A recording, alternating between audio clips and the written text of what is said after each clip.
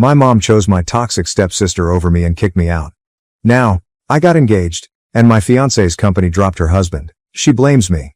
I, 26F, have been engaged to my fiancé, whom we'll call Jeff, 26M, for approximately 2 months. I met him 4 years ago on a dating app, and we've been inseparable since. Jeff and I are soulmates. He is the only person in my life who has never disappointed me. I have not had an easy life. My parents divorced when I was 2 years old. My father abandoned us without looking back. He paid child support, but that was it. He never bothered to come and see how I was doing. To be honest, my mother, 48F, was not a terrific mother either. When I was younger, she was more focused on other activities than on raising me. I was basically reared by nannies and babysitters. When I was a little older, my mother was quite young, and her priorities were very different. She didn't care much about becoming a mother and spent most of her time with friends or on dates. She was an outgoing socialite who had no time for me. Even in terms of her career, she was not taking her work seriously. She was a freelance artist who made good money every month, but she didn't have to worry about me since she had child support checks coming in to cover everything. I hate to say it, but if it hadn't been for the child support, I'm very sure she would have kicked me out a long time ago. She was never very devoted to me, and I suspected she was waiting for me to mature so I could leave her alone. Then, when I was around 13, she began seeing my stepfather. My stepfather, Matt, 50 million, has a daughter around my age. We'll call my stepsister Jess. When they initially started dating and my mother brought his family home to introduce us, she advised me to be on my best behavior since this was very important to her.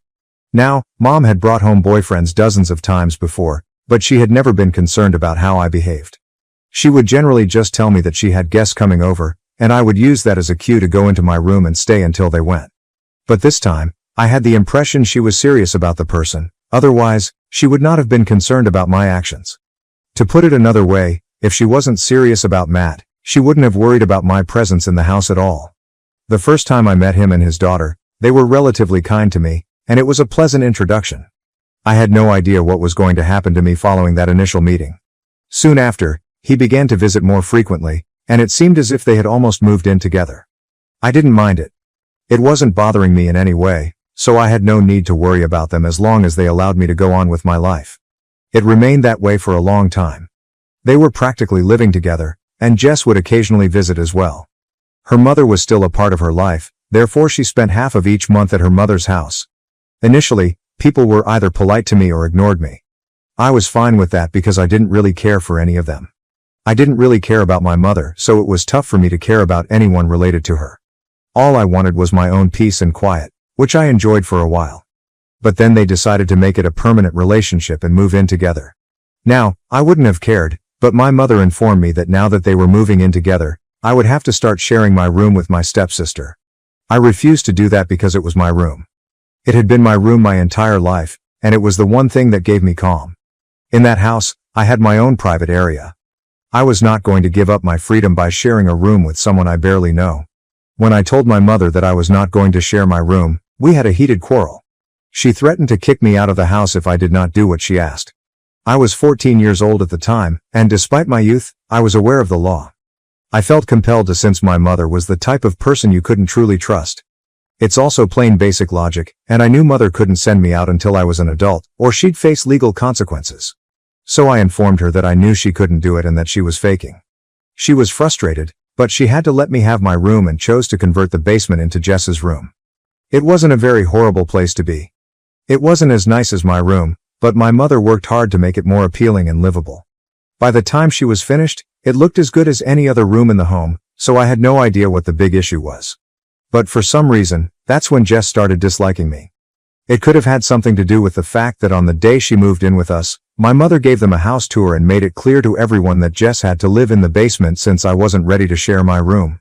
I didn't understand why she would make such an announcement, and I still can't think of a rationale. Perhaps she intended to make me feel bad by stating it in front of Jess, but all it did was make me feel strange and uncomfortable. It made me feel embarrassed for her, but I didn't feel bad about putting my foot down. Or perhaps she simply enjoyed drama and wanted Jess to know that I had refused to share my room with her, which would undoubtedly lead to difficulties between us.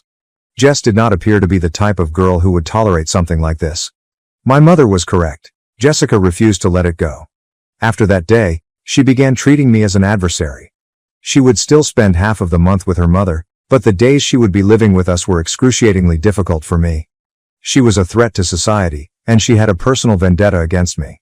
She was frequently nasty to me and made horrible statements about me right in front of my face.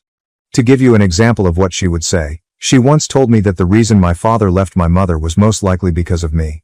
Then she laughed, as if it were hilarious. She would make fun of my appearance because I was slightly fat at the time. She used to make fun of me at school for no apparent reason.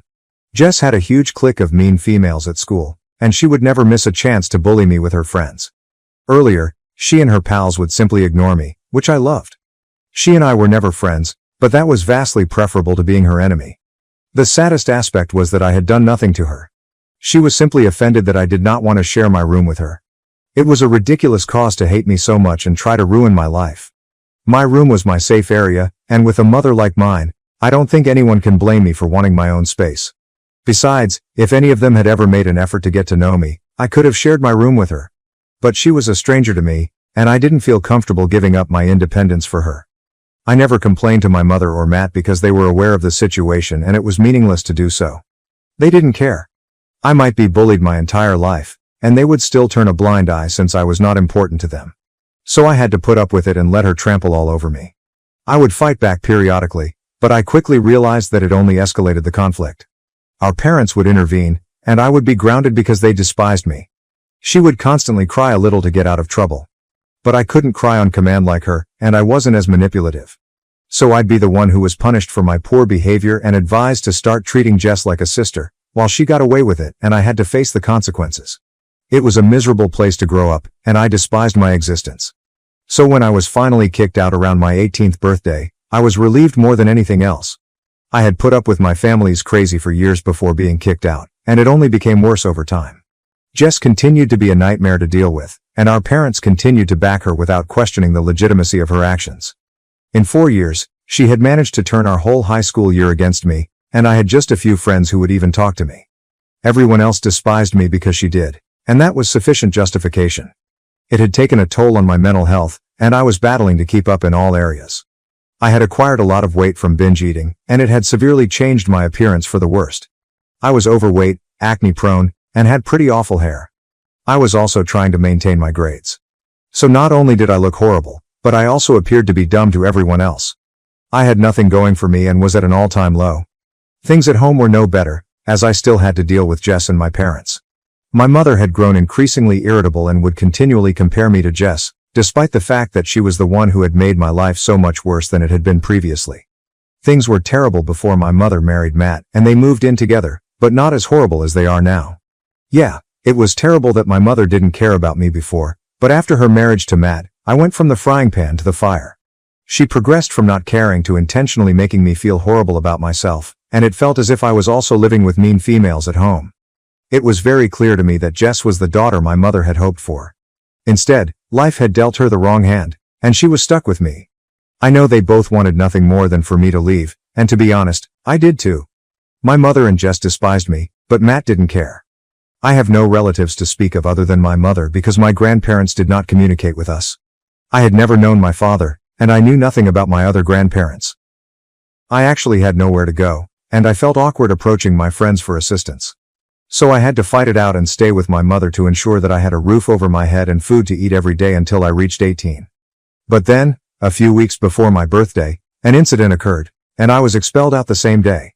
It was a weekend, yet I remember it like it was yesterday since it was one of the most terrible and stressful days of my life. We had both recently graduated, and she had begun hanging out with a bigger circle of folks. She had a buddy whose brother was in his senior year of college, and she was dating her brother. So she and her friend would hang out with his pals, who were all older than us. I understood exactly what they were up to, but I didn't think it was worth bringing it up with my parents because, with my luck, it would only backfire. So I never told anyone that she'd started drinking. And, while I couldn't prove it, I knew she was smoking pot and whatnot. I was never interested in any of it because, first and foremost, I never had friends who were cool enough to have access to drink, cigarettes, or drugs. Second, I was already suffering with my weight and academics. I didn't need to add drink or drugs to the mix, I already had plenty on my plate. But that day, I believe I left my room unlocked before going for a shower. The next thing I knew I heard a banging on the bathroom door, and my mother was yelling at me, insisting that I come out right once. I had to rush and put on my clothes so I could see what she was talking about. When I got out of the shower, my mother, Matt, and Jess were waiting in my room, all with serious expressions on their faces. My mother took out a bunch of empty beer bottles from beneath my bed, and even more incriminating, there was a giant plastic baggie containing, I'm not sure how many grams of weed. My parents were unaware that it did not belong to me or Jess. I believe she had planted it in my room when I was not there and then informed my mother. They began flipping out and yelling at me about what a terrible person I was. She didn't just yell at me about the drink and drugs, she also started venting about how I was a complete disgrace to them. She protested that I ate all the food. She stated I was a waste. She was convinced that I would never do anything worthwhile in the future and would simply continue to live with them and spend their money. I attempted to explain multiple times that none of it belonged to me and that I had no idea how it ended up in my room, but she didn't believe me. She lost it when I suggested that Jess might have planted it in my room to get me in trouble. She began yelling at me about how I was always jealous of her and that I would never be as good as her at anything, which was why I was attempting to shift the blame. I was crying uncontrollably by that point, but she didn't seem to care and proceeded to rant at me. After some while, she stopped shouting at me and told me I needed to leave. I had no idea what she was talking about, so I asked her where I was heading. She told me she didn't care where I went, she just wanted me out of the house because she was tired of dealing with me. When I refused to go, she threatened to call the cops on me. She added that because I was almost 18, they would treat the drug allegations very seriously. She informed me she did not want an addict living with her and consuming all of her money and resources. I had to watch out for myself now since she was tired of pretending to be a happy family with someone who deserved nothing. I was pleading with her not to force me out because, while I wanted to leave, I knew I had nowhere to go and didn't have enough money on my own. But my mother didn't care. She informed me that if I didn't leave within that day, she would phone the police and report me herself. I was surprised that she could be so cruel, and even more so that neither Matt nor Jess complained about it. They were literally going about their day as if nothing was happening. After a lot of crying and begging, I finally started packing my belongings. I would gladly choose to live on the streets over being arrested for drug possession. I finished packing by the evening, and as I left the house, no one said goodbye, and I never looked back. I went to the park and sat on a seat for a few hours, but it got pretty cold. So I decided to go over to a friend's apartment and spend the night there, hoping they would let me. I went to my best friend Amy's house and asked if I could stay with her for a few days. She already knew how my parents were, so I didn't need to explain much to her. When I told her about what had happened that day, she was horrified. She said her parents could help me if I allowed them. I'd always urged her not to tell anyone about how my parents treated me, including her parents, because I wasn't sure if anyone would believe me. I guess I felt awkward revealing these sensitive information about my life with others. But that day, she compelled me to inform her parents, who were as appalled as Amy was. They called my mother and attempted to speak with her, but it didn't help, and she was quite unpleasant to them. So they recognized that talking to her would not make things any better. Then they did something for which I am grateful beyond words. They promised me I could stay with them for as long as I needed to and that they would assist me. They were wealthy, so money was not an issue, and Amy adored me, so she was willing to share a room with me. I spent the following few years living with them and attending community college, which was the only place I could get accepted due to my poor grades. I began working and accumulating money to buy my own place, but Amy's parents made sure I never felt pressured to leave their home and made me as comfortable as they could. Then, roughly 3 years ago, I finally acquired enough money to move out. I was proud of myself, and I was also grateful to Amy and her parents. I honestly could not have done it without them. Even on the day I moved out, they were the ones who helped me settle into my new home and informed me that I was welcome to return whenever I wanted to visit or even live with them. That was the turning point in my life. By then, I'd shed a lot of weight and my health had improved significantly. I felt and looked better. I was also generating enough money to support myself and had put in enough effort to improve myself. So I decided to start dating as well because I wanted to marry someday and needed to start searching. I met a couple of guys before Jeff, but it usually fizzled out before it could get serious. After meeting Jeff, I fully understood why. It was because Jeff and I were intended to be together, whereas the other guys I met before him were only there to have fun. When we first started dating, I had no idea he was wealthy and the heir to his father's firm. I just liked him because he was humorous and cute, and he appeared to like me as well. After a few months of dating, he informed me about his family, and I understood they owned a restaurant chain, which he would inherit in a few years after his father retired. Many people may believe that learning how wealthy he was changed things for me, but I simply regarded him as the same person I had known before. That information made no difference to me. I still loved him as much as I did before. We moved in together after approximately a year of dating, and he had introduced me to his family a few months earlier. Everyone in his family liked me, and we got along great. Everything was absolutely perfect. So, when he recently asked if I wanted to marry him, I knew the answer right away. We've been engaged for 2 months now, and things are going great.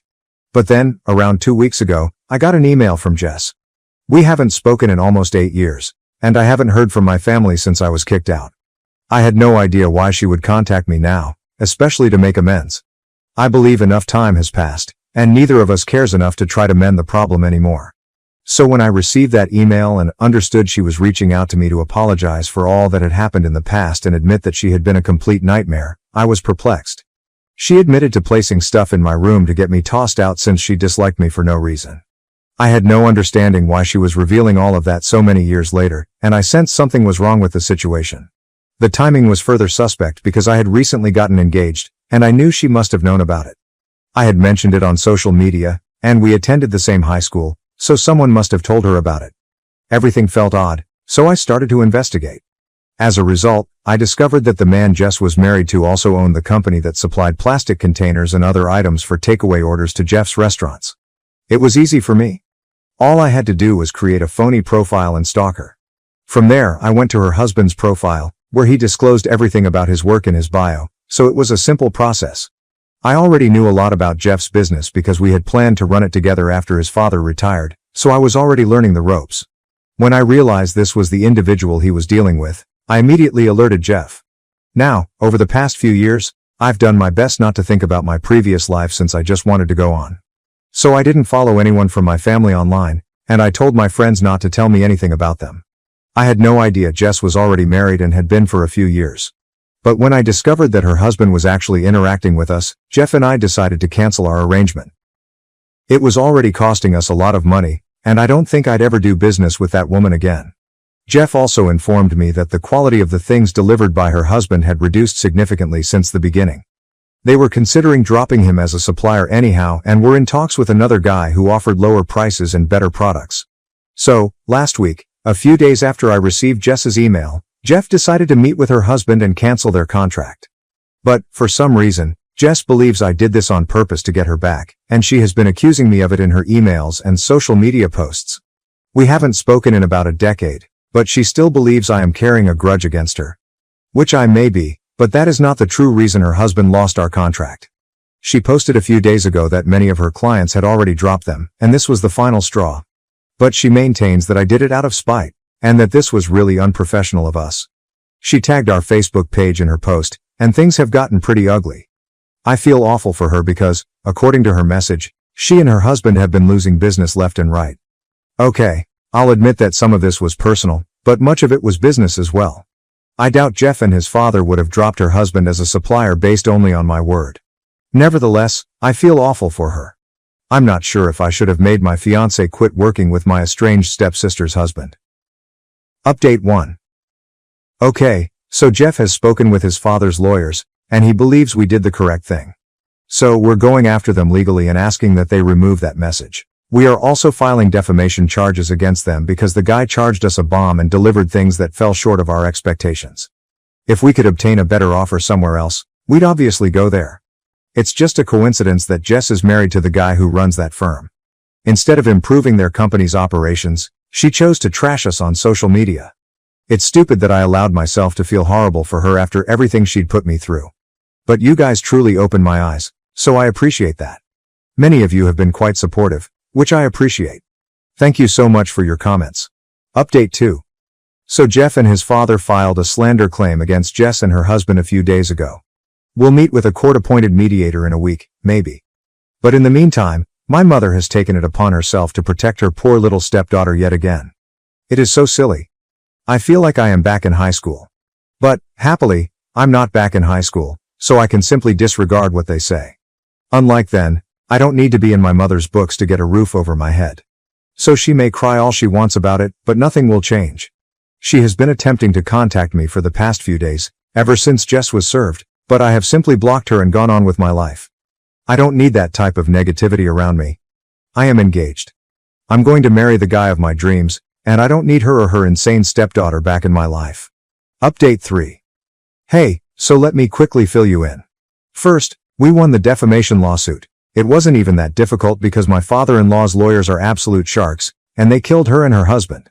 So, maybe they'll focus more on their business now and meet their clients' expectations. They had to pay for what they stated, and we were able to strike an agreement. So that's over, and we can finally devote all of our attention to preparing our wedding. It's quite thrilling, and I can't wait to get married to Jeff. As previously stated, he is my soulmate, and I have waited a long time to find someone like him. Now that I have him, I will never let go. I went into labor on my sister-in-law's wedding day, but my mother-in-law locked me in a bathroom to keep me from stealing attention. A few hours later, I awoke in the hospital, and my mother-in-law begged me not to file charges. But, oh boy, her face became pale when my spouse said this. My husband, Rick, 30, and I, 29, were blessed with a daughter 2 weeks ago. This is our first child, and we're understandably thrilled. We've been quite busy, and we're still adjusting to being parents. It's a difficult change for both of us, but we're doing our best. We don't have much support because of what happened on the day our daughter May was born. It was one of the most horrible experiences I've ever had, and I doubt I'll ever forget it. Even the joy of May's arrival is insufficient to help me overcome the paralyzing terror I felt that day. I believe I would have died if not for my husband's immediate assistance. Despite the sad tragedy, I believe that because it involves family, we should be a little kinder to them because May is the first kid in the family. But I'm unsure, and my judgment is muddled by all these hormones and infant obligations, which is why I've turned to Reddit for assistance. Please bear with me while I tell this lengthy and multi-character story. Rick has 2 younger sisters, Anna and Emily. Anna is 28, while Emily is 24. I have a pretty excellent relationship with both of them, and I don't believe there's any hostility between us. We aren't close because we're all busy with our careers and don't get together very often. Emily doesn't even reside in the same city as us, but we try to catch up and stay in touch through messages or phone conversations. Rachel, Rick's 53-year-old mother-in-law, is another significant figure in Rick's family in this story. While I get along well with Anna and Emily, Rachel is a completely different story. We don't always agree, and I believe she has issues with everyone, not just me. She's the biggest control freak you can imagine, and she won't stop. She wants things to proceed according to her wishes and desires. Her 3 children often accept her requests because she reared them after their father abandoned them. So they strive to make things simpler for both her and themselves. Furthermore, if someone dares to demand anything other than what she wants, she reacts, which can range from disapproval and moping to a full-fledged meltdown complete with tears and tantrums. Dealing with her is challenging, so I try to avoid her whenever possible. Rick gets this. He understands that his mother is troublesome, so he lets me keep my distance and deal with her as I see fit. On my end, I understand his feelings for her despite her domineering nature, so I let it go. She doesn't like me, therefore she doesn't interfere with my life, which works well for all of us. However, things spiraled out of control a few days ago, owing entirely to her actions. Now, I don't believe anyone will ever forgive her. Anna was getting married on May's birth date.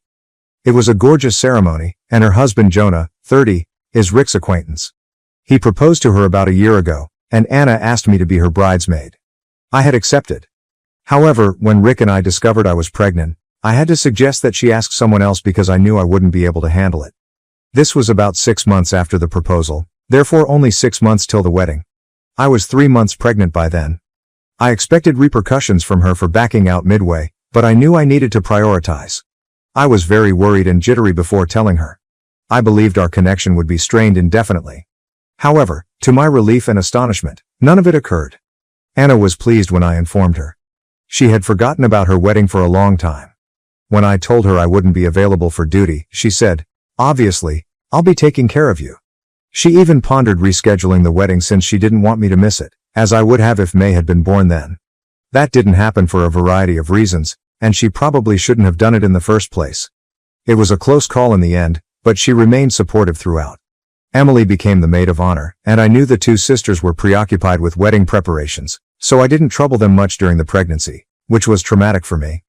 Nonetheless, they kept in touch as often as possible and came over to encourage me greatly.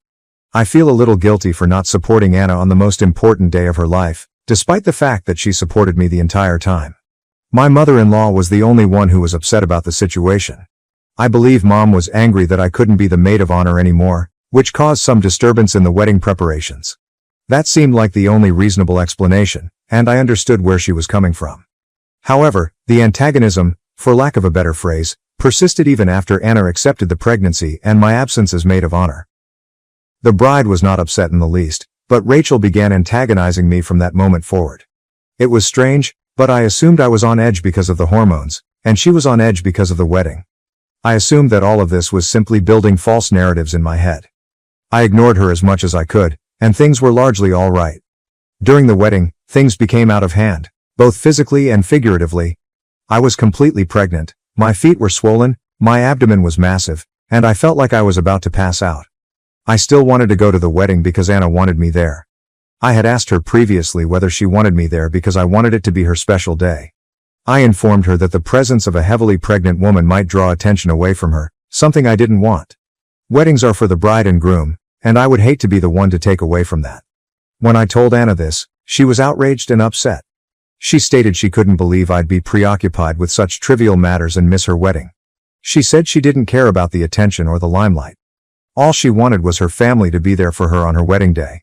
She told me I needed to come and not worry about the drama. I knew she meant it. She's not one to mince words. If she didn't want me there, she would have said so right away. But she did, and she stated it emphatically. I felt it was my obligation to be there for her. Despite my physical discomfort, I felt I needed to be present for her on her wedding day. I'm not going to lie, there were a lot of people whispering, but I tried to ignore them because I knew Anna was glad I was present.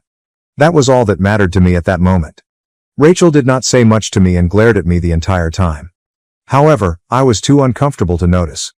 I didn't have the energy to cope with her or understand her passive-aggressive conduct toward me, so I just let her be. She might glare all she wanted. I was not going to respond to her. Then came the big episode, which stunned and terrified everyone around me. I started feeling apprehensive just as the ceremony was about to commence. By then, I'd already met Anna. I got up and went upstairs, believing it would make me feel better and that I'd return when I did. Rachel had followed me without my knowledge. I went to the bathroom because I was sweating and feeling strange. Suddenly, my water burst. It was a literal flood, and I began to panic because, as much as I adore my daughter, she had picked the worst possible time to arrive. I couldn't think clearly. Thankfully, I noticed my mother-in-law in front of me. By then, I was crouching in agony. She raced to me, and I ordered her to take my phone and call Rick right away because we needed to hurry to the hospital. She helped me up and had me sit in the restroom. I gave her my cell phone. That is when she flipped. She claimed she'd make sure Rick arrived in an hour after the ceremony was complete since she didn't want me to take Anna's attention. I asked her if she was crazy and told her I couldn't take this for an hour. I tried to grab my phone from her, but she locked me inside and took it with her. So there I was, pregnant, with my child actually on the way, sitting on a toilet in a bathroom, without a phone or a spouse. I'm not sure how I didn't suffer a full-blown panic attack. Thank goodness I didn't, since I'm not sure what would have occurred otherwise. I stood up and slowly made my way to the door. I began beating on it. I yelled repeatedly. But no one heard me because the restrooms were on the first floor and everyone had already taken their seats for the ceremony. I screamed till my voice faded, but no one came. That was when I truly believed I was going to die, and take my baby with me. I was weary, wet, sweating profusely, and unable to speak. That was the last thing I remembered. I'm not sure what happened afterward. I passed out from tiredness. I can't recall how I got to the hospital. I know I did. A few hours later, I awoke in the hospital, sobbing with Rick by my side. It took me a few moments to figure out where I was and what was going on. When I noticed Rick crying, I expected the worst. Everything came flooding back, my mother-in-law locking me in the bathroom, my crying. And I believed May hadn't made it. When Rick saw I was awake, he breathed a sigh of relief and began crying in my arms. I had no idea what to make of it and felt a terrible feeling in my stomach. Then I saw the nurse enter with a baby girl, and I breathed a sigh of relief. I really wanted to hit Rick for messing with me like that. But he said he wasn't toying with me. He was just glad I was okay because I was unconscious when he found me in the restroom. I held my baby for the first time, and I don't think I'll ever forget the feeling. I don't think there is a better emotion in life. Nothing will ever compare to what I felt in those moments. Rick didn't offer me any specifics at the time, which I appreciate because I didn't have the energy to cope with it.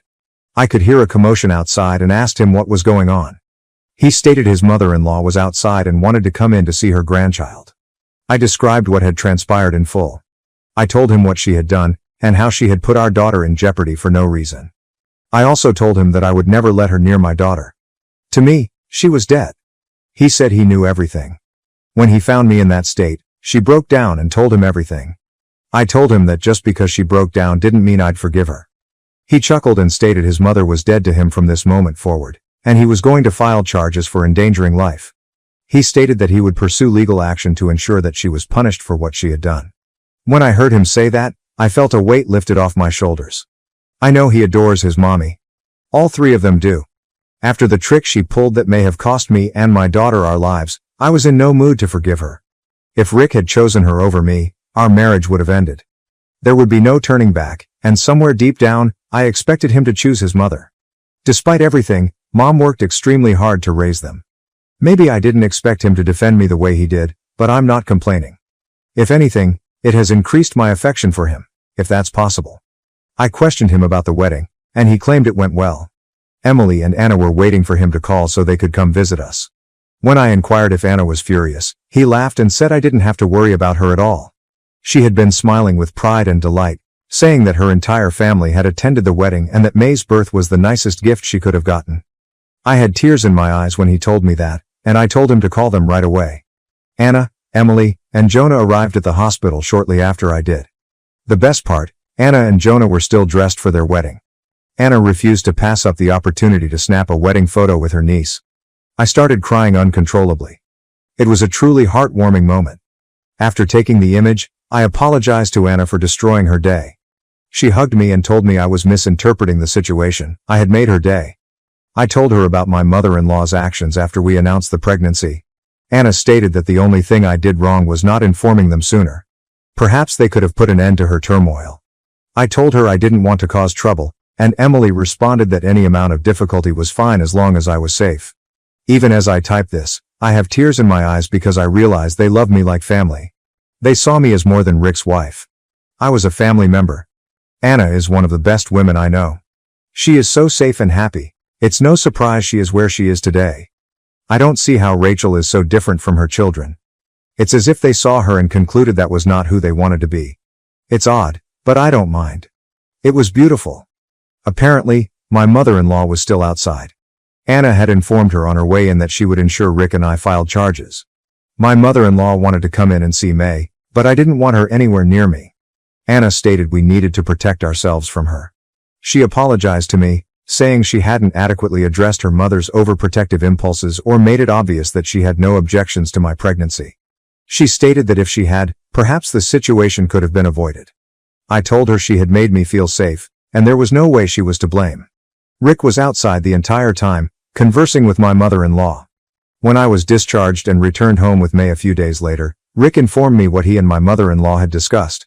He claimed he had informed her that he would be filing charges and that she could deal with it because nothing would change that. He also warned her she was never welcome in May's life.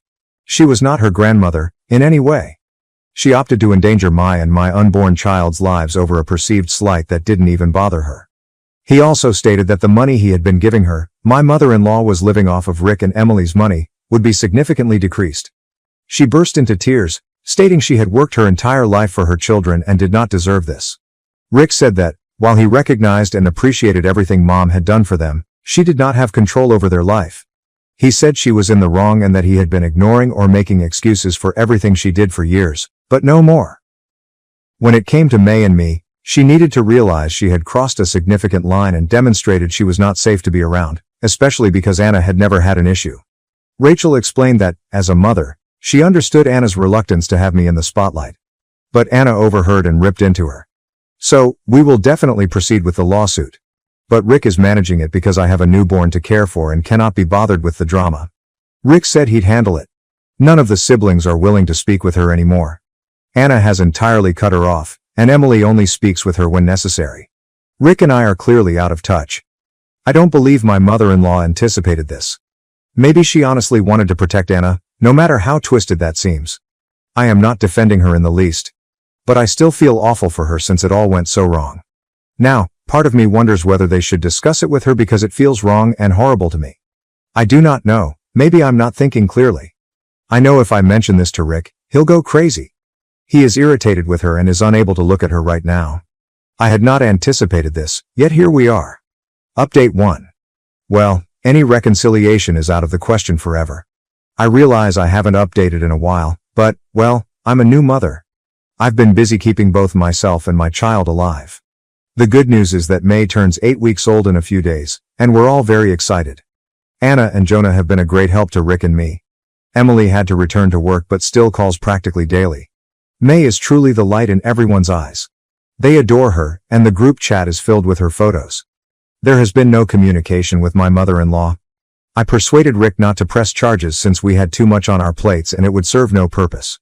Rick was reluctant, but he consented because neither of us had the energy to do anything else. When we told my mother-in-law, she seemed grateful. I say appeared, because the woman is indeed insane, and she showed everyone her true colors shortly after. Rick and I awoke about 1 a.m., a loud banging on the door. I assumed it was a heist, so I fled and hid with May as Rick attempted to open the door. I could hear shouting, but I didn't dare go outside since I didn't want May to wake up. It was my mother-in-law, and Rick said she was being insane. She continued to scream that she wanted to see May and that we couldn't keep her away. Rick claimed he had to scare her with the cops before she backed down. She was trying to force her way inside. We quickly notified Anna and Emily because if anything was wrong with her, everyone wanted to know. We were concerned, but in the end, it was for nothing. The following day, she sent us a frightening text. She began by claiming that we were being mean and horrible to her by not allowing her to see May, and that we were punishing her for doing nothing but being a mother.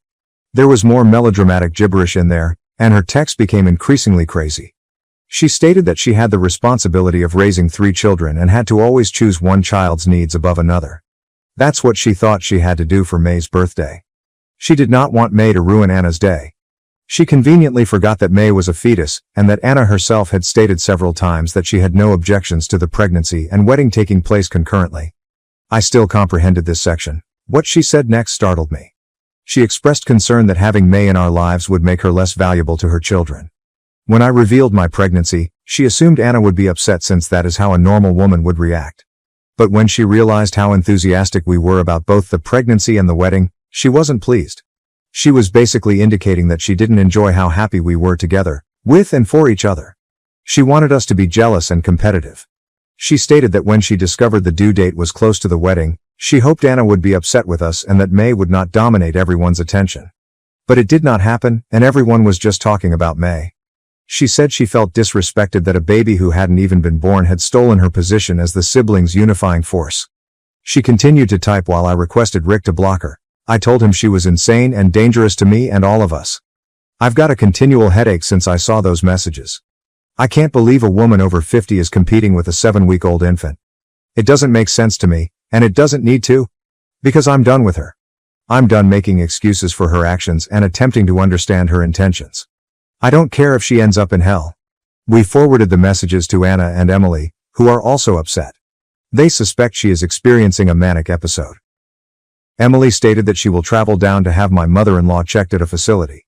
I think that's a terrific idea, but I'll remain out of it. This is insane behavior, and I no longer want anything to do with her. Update 2.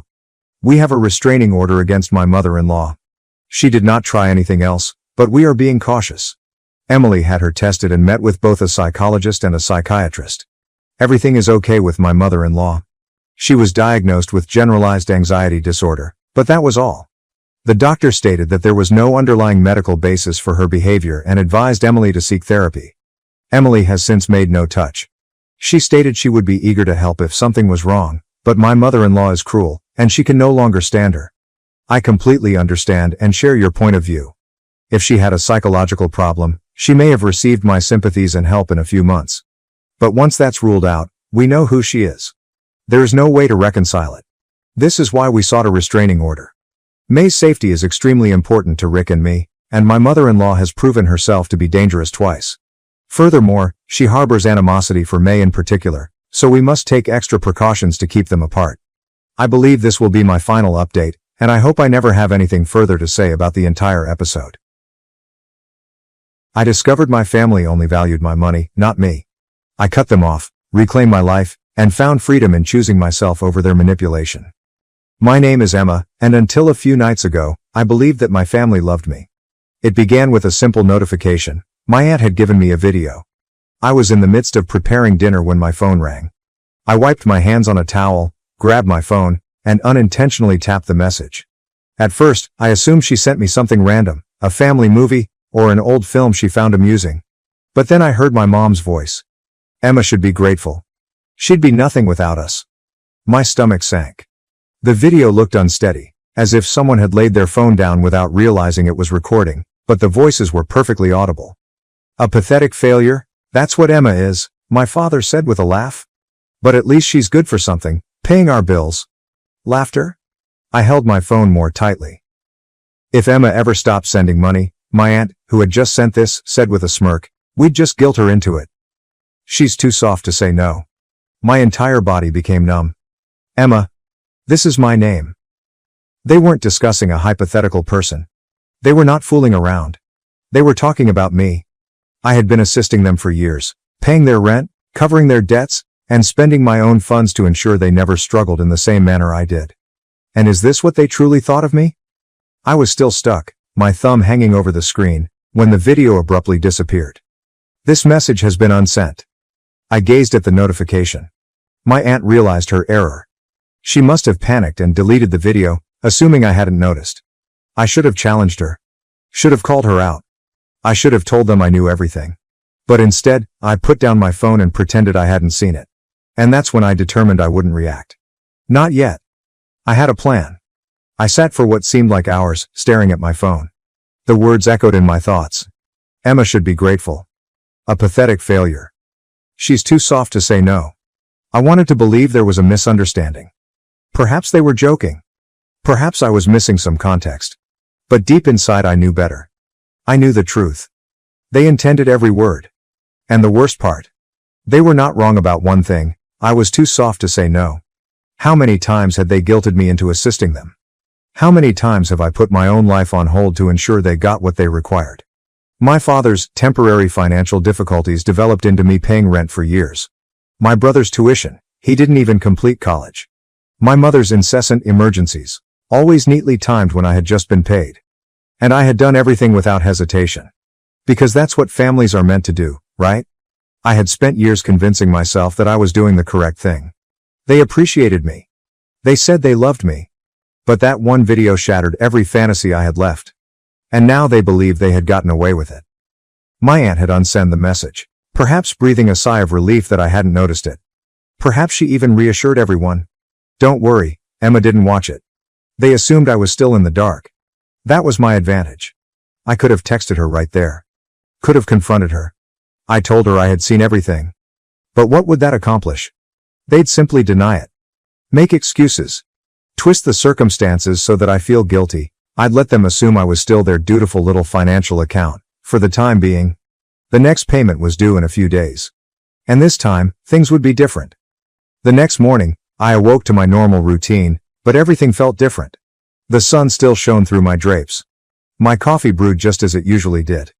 But there was this awareness in the back of my mind, as if I was observing my life from a new perspective. My phone vibrated. A message from my mother. Mom. Morning, sweetie, just checking in. I hope you're doing well. I stared at the message. It was usual, too normal. She never texted me simply to check in. There was always a cause and a request was hidden somewhere. And just a few minutes later. Mom. Oh, by the way, the rent is due soon. Can you send it by Friday? There it was. The same cycle. The same motif. But this time, I was not going to play along. I typed a response with my fingertips hovering over the keyboard. My typical response would be something like of course, or no issue. Maybe I'd even apologize for taking so long, just so they didn't feel inconvenienced. Not this time. I deleted everything and simply responded, I can't this month. Before sending the message, I glanced at it for a few seconds. I set down my phone and waited. 1 minute. 2 minutes. Buzz. Mom. What do you mean, you can't? I could see the displeasure on the television. I'd never said no before. I didn't answer immediately.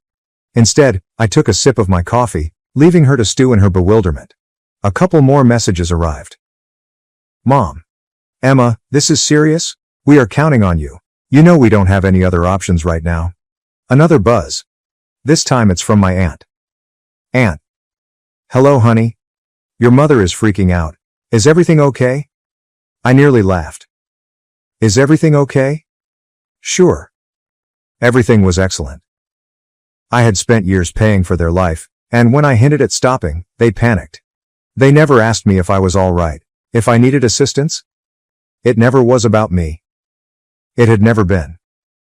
I took a deep breath and responded, Me. I've had some unexpected bills this month. I cannot send anything. Sorry. That was it. There's no explanation, no apologies. And then I waited. What happened next revealed all I needed to know. The silence was terrible. For the first time in years, I had declined. They didn't know how to manage it. I stared at my phone, watching the 3 small dots appear and disappear. Over and over. My mom was typing. Stopping. Typing again. I envisioned her sitting there, fuming, trying to figure out the best way to persuade me to change my decision. Finally, her response got through. Mom. Emma, what do you mean by unexpected expenses? Is there anything more essential than your family? There it was. Guilt trip. They had always employed the same technique. I didn't respond. I simply let the message sit there. Less than 1 minute later. Mom. You know your brother doesn't have a way to pay his rent. If he's kicked out, that's on you. Ah. The brother card. Classic. Then another message. Mom. Emma, we raised you. We cared for you when you had nothing. Is this how you're repaying us? I gritted my jaw and tightened my fingers around my phone. When I had nothing? They never cared for me. I put myself through school. I worked 3 jobs to get out of that house. And as soon as I got money, they hung on to me like leeches, sucking me dry. They grabbed everything, so I had nothing. My phone vibrated again. Aunt. Emma, dear, do not do this. We are family. Your mother is merely upset. You know how she gets. Simply send the rent, and everything will be okay. Everything will be okay. Who is it fine for? I put down my phone, my heart hammering. I needed a second to breathe and ponder. I strolled to the kitchen, poured myself a glass of water, and took a slow sip while looking at the clock on the wall. I could feel something shifting within me. For years, I had been afraid of this moment. I was afraid that if I stopped paying, they would detest me. They would cut me off. They would turn their back on me. But now I know the truth. They've never loved me. They adored what I could offer them. And the moment that ceased, they would reveal who they were. Buzz. I strolled back to my phone and picked it up with firm hands. This time, the communication came from my father. Dad. Emma, I'm not sure what has gotten into you, but this is unacceptable. You are being selfish. This family needs you, and you're behaving like an entitled brat. Grow up and do the right thing. There it was. The final mask slips. No more faking kindness. No more pretending to care, just demands. I stared at the words, my heart racing in my ears. Then another notification came up. A voice message. From my aunt. My hands trembled as I paused, my thumb lingering above the play button. Something told me this would change everything. I hesitated for a long time, staring at the small play button on the screen. A voice message. From Aunt D. My heart beat against my ribcage. She was not the type to send voice messages. If she had something to say, she usually sugar-coated it in text, passive-aggressive with just enough phony sweetness to make me feel bad. But this was different. Slowly, I pressed play. Her voice came through, harsh and impatient. Aunt. Listen, Emma. I'm not sure what game you're playing, but this isn't humorous. Your mother is losing her sanity. Your father is upset. And honestly, I do not blame them. You have always been a little ungrateful. But this is quite selfish. I felt my gut clench, but I forced myself to continue listening. Aunt. You have a wonderful job, right? You earn more than any of us. You don't even need the money. Meanwhile, your family is struggling. So what? Did you just wake up one day and realize you don't care? A bitter laugh. You owe them, Emma. After all they've done for you. Following all the sacrifices they made. They gave you life. Now you're going to walk away? Pretend they do not exist. What kind of a daughter would do that? She breathed forcefully, and for a moment I believed she was finished. But then, Aunt. You know what? Her tone altered, becoming colder now. If you truly want to be that kind of person, that's fine. But do not expect them to forgive you. Don't expect to come crawling back once you discover how much you rely on them. Because when you pass this line, there's no going back. The message terminated. Silence. I let the words sink, my thumb hovering over the replay button. My ears rang, and my hands were numb. I should have been afraid. I should have panicked. I should have been hurrying to make things right, to correct this, to apologize. But instead, I felt relaxed. More than that, I felt free. Because she'd just verified everything. They did not love me. They did not respect me. They did not even recognize me as a person. They regarded me as nothing more than a financial account. A moving, breathing ATM. And the instant I stopped distributing money, I was nothing. And if that was the case, perhaps it was time to become nothing to them. Buzz. Another communication from my mom. Mom. This is your last opportunity, Emma. Send the rent. I stared at the message for a very long time. Then, without hesitation, I blocked her. I blocked my father, I blocked my aunt. And suddenly, for the first time in years, I was free. Or so I thought. Because the next day, my brother arrived at my home. The knock at my door sent shivers down my spine. It was early. It's too early. The sun was barely peeking over the horizon at this early hour, when most people were still sleeping. For a second, I considered ignoring it. Perhaps it was a neighbor. Perhaps there was a parcel. Maybe it wasn't what I thought it was. Then, another knock. This time, it was louder. Become more insistent. I took a slow breath, braced myself and walked to the door. My fingers paused on the handle, and my heart pounded in my chest. And then I opened it. There he was. My brother. His face contorted between fury and desperation, and his clothes wrinkled as if he hadn't slept. God's eyes. Bloodshot. Wild. Are you serious, Emma? His voice was as cutting as a sword shoved against my skin. What the hell is wrong with you? I blinked and kept my expression neutral. Good morning to you too. He scoffed and ran his hand through his already untidy hair. Don't do that. Don't act like this isn't a big deal. You blocked everyone. Mom is freaking out. Dad's losing his mind. You're just... What? Cutting us off? Pretending we don't exist? I crossed my arms and leaned against the door frame. I don't know, Jason. Maybe I just got tired of being treated like a piggy bank. His jaw clenched. Oh my God. Not this again, not this again. I gave out a sour laugh. Jason, I've been paying your rent for years. I've covered your bills, your food, even your stupid gym membership. And the one time I say no?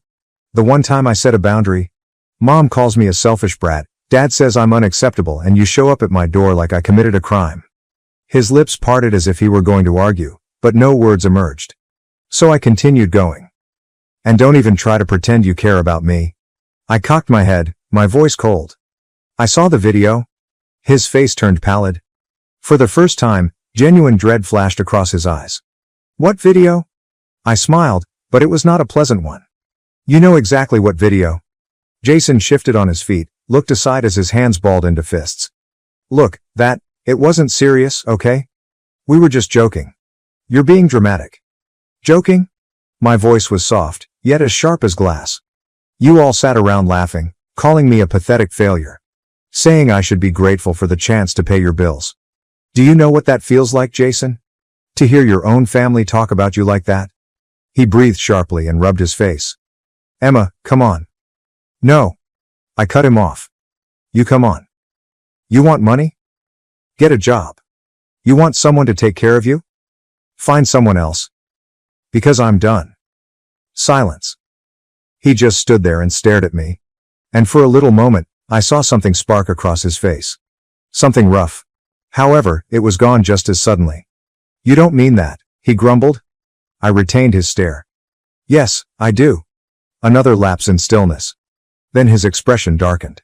His mouth curled into something unpleasant. Fine, he snapped. You want to be a selfish bitch? Go ahead. But don't come crawling back when you realize you have no one left. With that, he turned to walk away. I stood there, watching him leave. My chest was tense, yet my back was straight, because he was incorrect. I did have someone leave. I had myself. But, as I closed the door, letting out a trembling breath, my phone vibrated. I looked at the screen, and the familiar name flashed. It was my mom. But I was not going to pick up. Not this time. I had been at her mercy for so long. Her demands, her guilt trips, the way she used my own sense of duty against me, manipulating me into giving up all I had in order to keep her from breaking apart. Not anymore. I went away with the phone facing down. The truth was, I was done. I'm done with being a continual source of money. I'm tired of being the safety net that kept my family afloat when they couldn't be bothered to forge their own path in life. I'm done with lies and manipulation. They never asked me how I was doing. Never considered the toll it had on me to continually take up the slack. I had been carrying their weight for years. My mother's, my father's, and my brother's. All of them acting as if I owed them something, as if my life was just one long, endless repayment for everything they had done for me. But nobody had ever asked what I needed. Nobody had ever cared for me. And now, I was taking control. But my decision was not unnoticed. The following morning, when I sat in my living room, the silence felt oppressive. The weight of my decision was beginning to sink in. But there were no regrets. No second guessing. I had made the correct decision. Then, my doorbell rang. I was not surprised. It was Jason. I could tell by the way he knocked, demanding and impatient. This was the last person I expected to show up. But it's not surprising at all. I slowly opened the door, keeping my expression neutral. "Emma," he began, his usual arrogant tone gone, replaced by something almost pleading. "You need to listen to me." I did not welcome him in. I stood at the doorway, arms crossed. "I don't need to listen to anything you have to say, Jason." He blinked, taken aback. "No, you don't understand." His tone softened, almost desperate. "Mom's freaking out. Dad's calling me, asking what's going on. They don't know how to fix this? You've cut us all off. You can't just leave us hanging like this." I scoffed and leaned against the doorframe. "Oh, I'm sorry. Did you think I was just going to keep enabling you? Keep paying your rent, your bills, and pretending everything was fine? No, Jason, I'm done. I don't care how much you or mom or dad beg. I'm done playing the role of the family ATM." His eyes flared with rage. "You're acting like we've never done anything for you. Like we're all just users, right?" I did not flinch. "Oh, believe me, I know exactly what I've been to you all. I've been a cash machine. A free ride. And I'm tired of it." Jason's face twisted. "You can't just leave us hanging like this. You owe us, Emma." The words stung. But they did not shatter me. They only made me more determined. "I owe you?" I said, my voice firm. "I've given you everything. I paid for your rent, your groceries, your bills, while you just sat there and watched me do it. And you want to talk about owing?" His fist clenched at his side. "You'll regret this. You'll regret cutting us off." I couldn't help laughing. "No, Jason. You'll regret it. Because I'm not the one who needs you anymore." Without waiting for his reaction, I slammed the door in his face. It felt nice. But I sensed that the drama was far from ended. Later that night, my phone vibrated again. I almost did not want to check it, but curiosity gnawed at me. It was from my father. "Dad. Emma, we raised you. Do not assume you can simply walk away from everything we've done for you. You're making an enormous mistake. Come back. We'll chat about it. We will fix this." I could almost sense desperation in his words. I sat there for a time, phone still in hand. I could have ignored it. I may also have blocked him. But I had a better idea. I wasn't simply going to block them. I was going to make them pay for every single lie, every single time they took me for granted. And it was going to start now.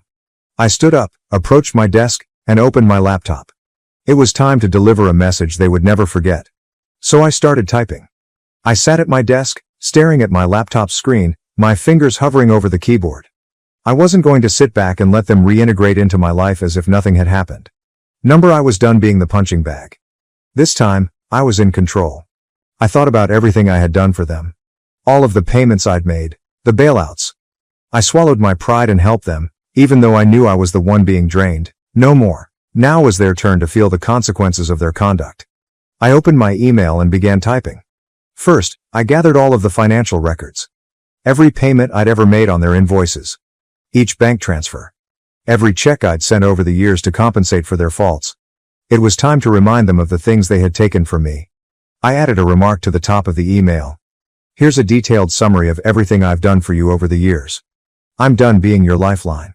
I'll no longer be your ATM, and I'll no longer let you make me feel guilty for choosing myself. Consider this my final invoice.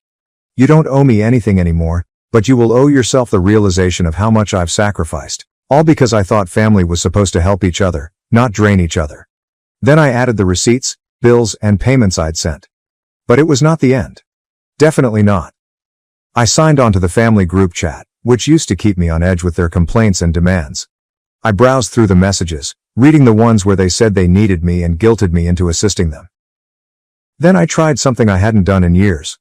I responded, "You all talk a lot about what you've done for me, but you've forgotten how much I've given up for you. And here's the reality check. You never needed me. You just used me. I'm done. This is my last message. Don't ever contact me again." I sent it. The silence that followed was nearly lovely. I slumped back in my chair, feeling the weight of the decision wash over me. For once, there were no more phone calls. No more guilt trips. No more pretending they had any authority over me.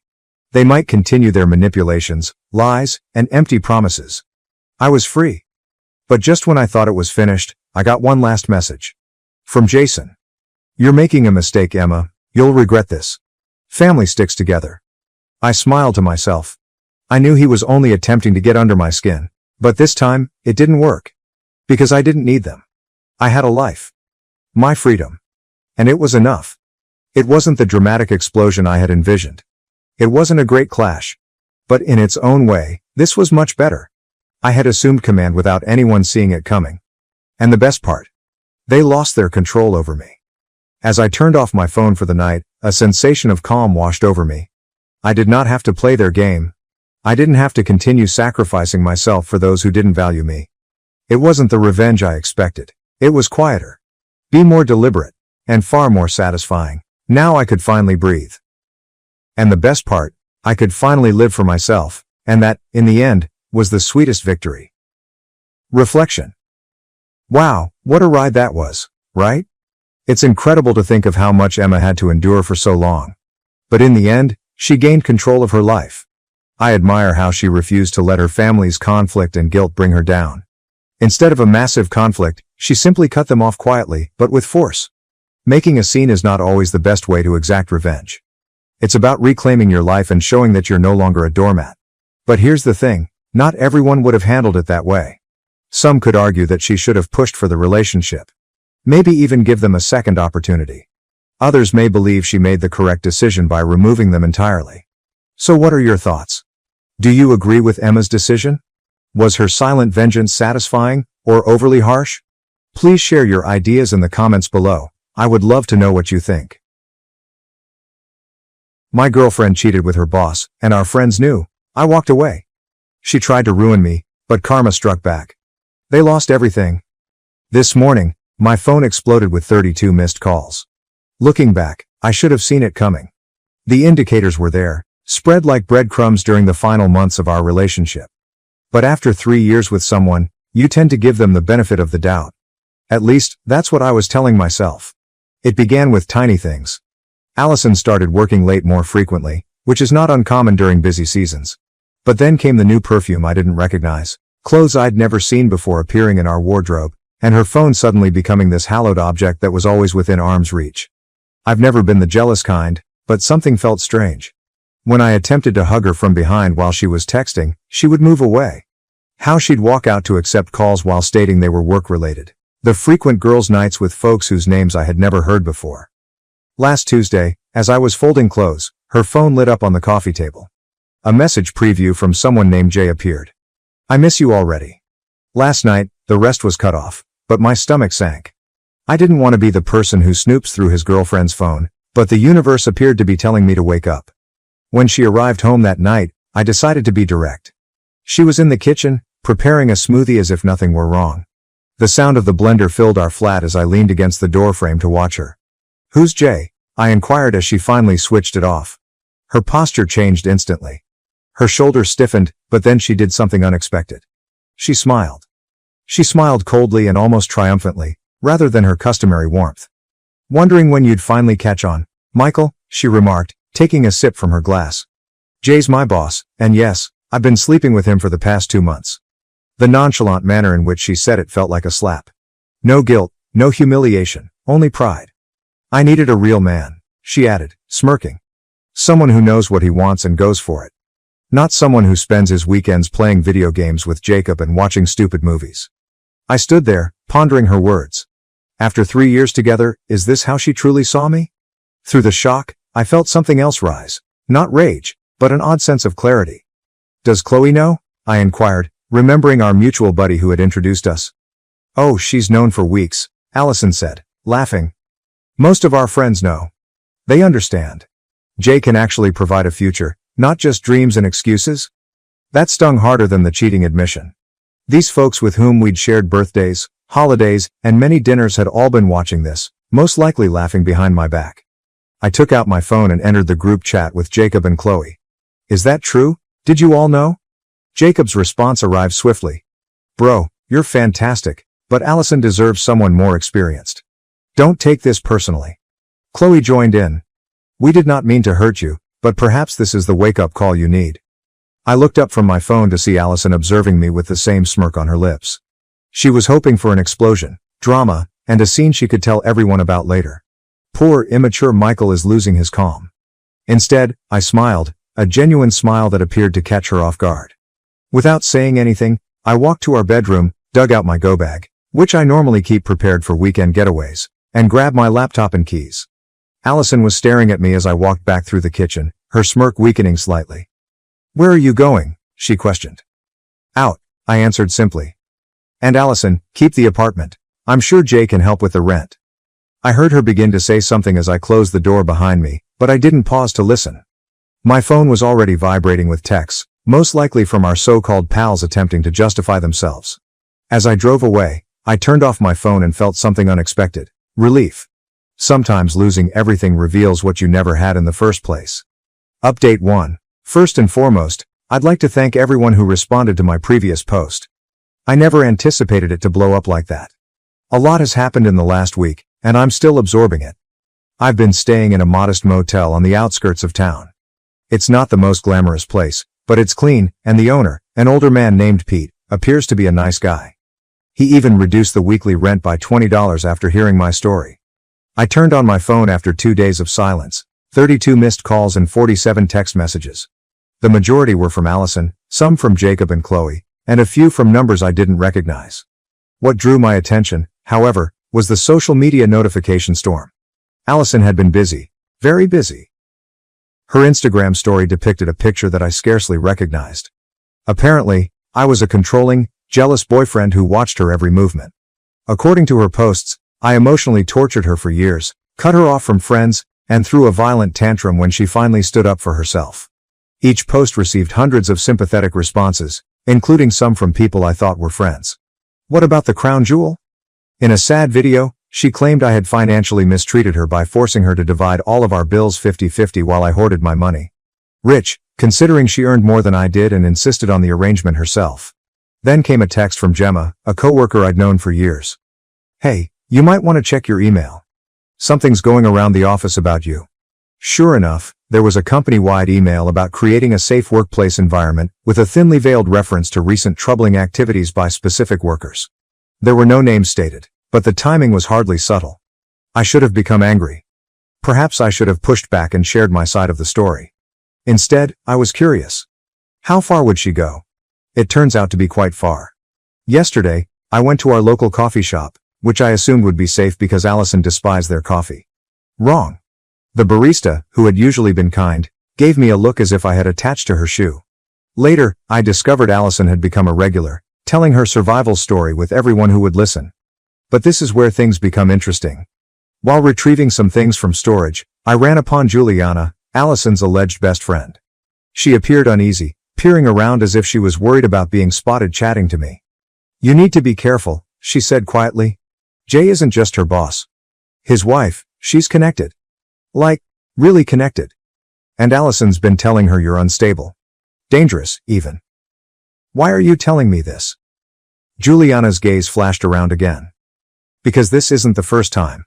Before you, there was another guy at work. Allison and Jay. They did the same thing to him. He ended up leaving town. That talk altered everything. I spent the night researching legal records, social media, whatever I could discover. It turns out the preceding man existed. Mark something. Allison disappeared totally from social media around the time she started at the company. This morning, I received a call from our landlord. Allison attempted to remove my name from the lease, alleging I had abandoned the property. When it didn't work, she informed him that I had been threatening her. He called to warn me. It turned out his sister had gone through something similar years before. But here's the real kicker. During all of this, I received a message request on Instagram from an account I did not recognize. The profile image was of a woman in her 40s, elegantly dressed and wearing costly jewelry. The message was simple. I believe we should discuss my husband and your girlfriend. Coffee tomorrow. It was signed by Mrs. J. I'm meeting her in an hour. Something tells me Allison's true guy story is going to get a lot more complicated. The weird thing is, watching Allison create this sophisticated web of lies, and seeing our friends take sides based solely on her word, is very liberating. Every hateful message, every phony tear, and every fabricated narrative only reinforces what I already knew. I am not losing anything worth keeping. Update 2. Sorry for the delayed update. The last 2 weeks have been crazy. What about the coffee meetup with Mrs. J? Game changer.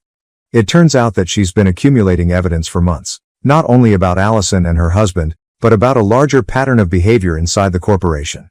Remember how Juliana mentioned the person who had left town? He was not the first. Mrs. J has documented at least 3 similar incidents in the previous 5 years, with young employees becoming connected with her husband and then assisting in the removal of anyone who could expose them. What is the difference this time? Mrs. J had finished playing quietly. She had texts, emails, expense records, and security footage from the workplace parking garage. But she wanted one more thing: public visibility. This is where the yearly corporate party came in. I didn't intend to attend. Why would I? Mrs. J had other ideas.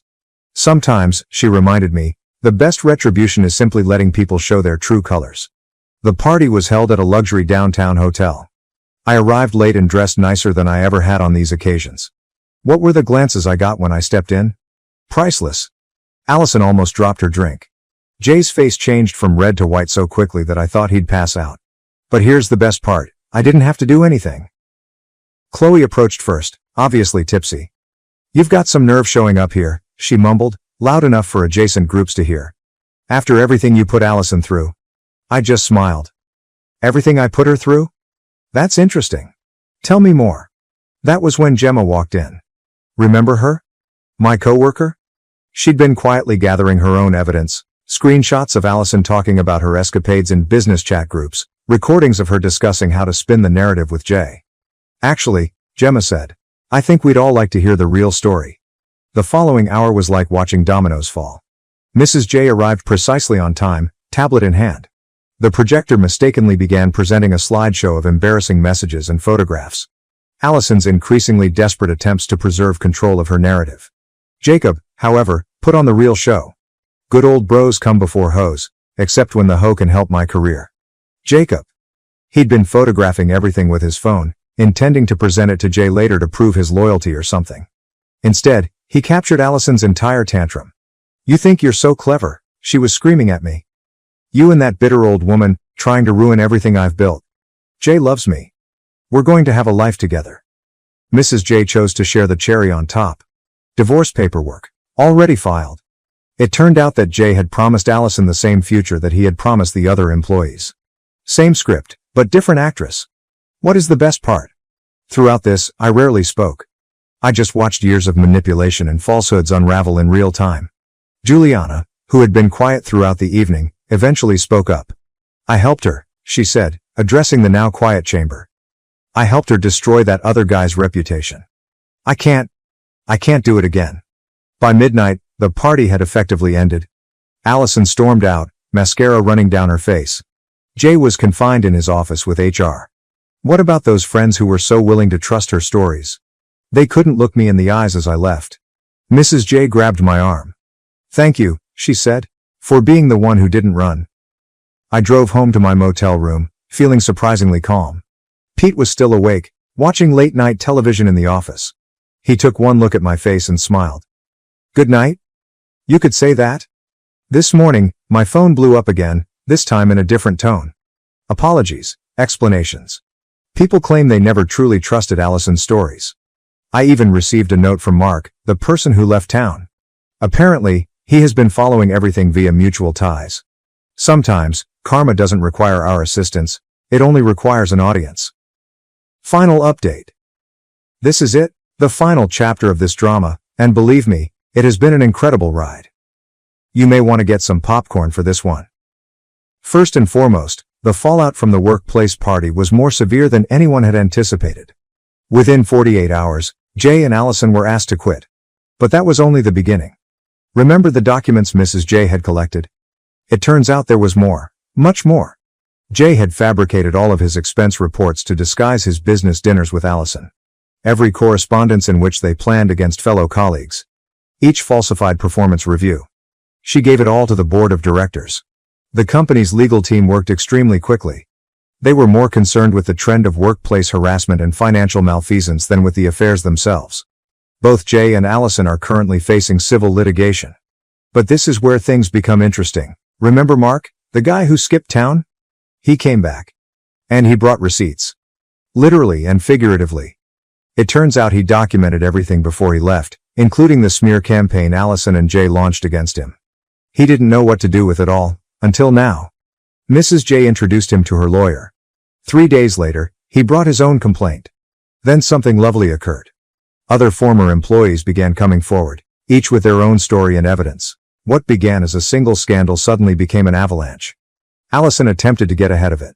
She uploaded an emotional video in which she claimed to be the true victim, having been duped by Jay and is now being persecuted.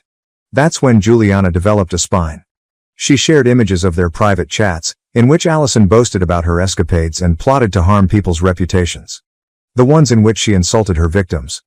Allison visited my motel last week. Pete, the owner, called me at work.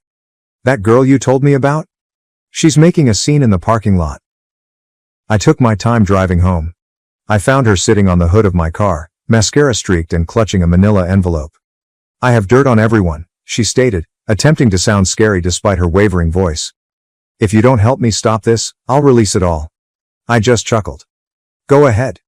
Burn every bridge you have left. See how that works out. She flung the envelope at me.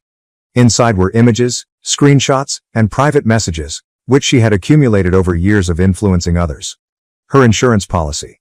I photographed every single page while she watched. Then I handed it back to her. Release whatever you want. But first, look at where your previous schemes got you. What about folks like Allison? They cannot stand when their weapons are used against them. She ripped up the envelope right there in the parking lot, shouting about how we'd all regret it. Was that a tantrum? Someone recorded it. Within a few hours, it had spread over social media. The ultimate blow occurred yesterday. Mrs. J's divorce was final, and, guess what? She received everything. The house. The autos. Most of their assets. Jay's golden parachute from his company?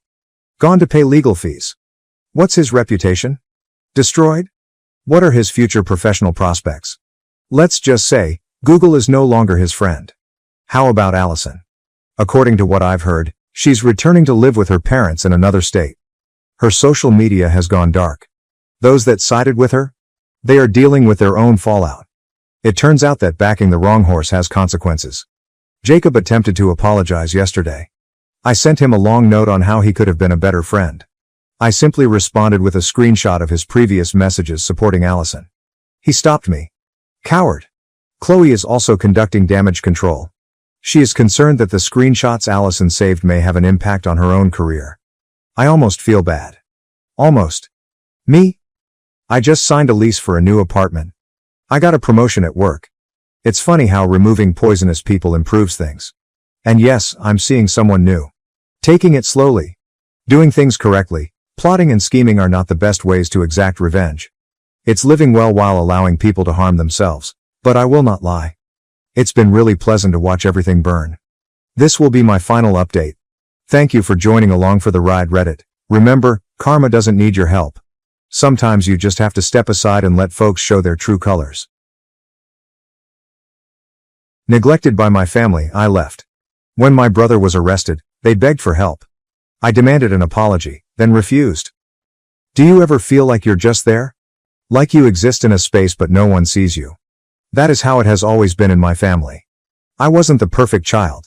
I was not the troublemaker. Just the one in the middle. The one who performed what was required but never quite enough.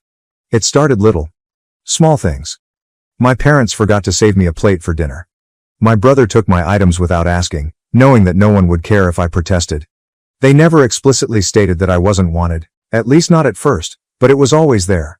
In the way people spoke around me, my existence seemed like an afterthought. I attempted to brush it off. Families were not perfect, correct? Perhaps I was simply being sensitive. Maybe if I worked more and performed better, they'd finally see me as someone worth keeping. So I worked hard. I made certain that my grades were solid. I helped around the house. I remained out of trouble. However, it never seemed to matter. My brother? He could do whatever he wanted, talk back, skip chores, fail a class, it made no difference. My parents would make excuses for him. He's only a kid. He's going through a difficult moment. You should be more supportive of him. Every time I brought out the disparity in how we were treated, I became the problem. It was difficult. The resentment eventually bubbled over. But it's not from me. From them. It was Saturday night. I'd just come home from work. Nothing extraordinary, simply a part-time job at a neighborhood grocery store. My parents never gave me much money, so I worked on weekends to save some. My brother, on the other hand, did not need to lift a finger. He received everything he wanted. I entered the house, tired. The first thing I saw was him sitting on the couch, controller in hand, deeply immersed in his game. A half-eaten dish of food rested on the table. And my backpack is on the floor. Open. My notebooks and papers were spilled on the carpeting. What the hell, dude?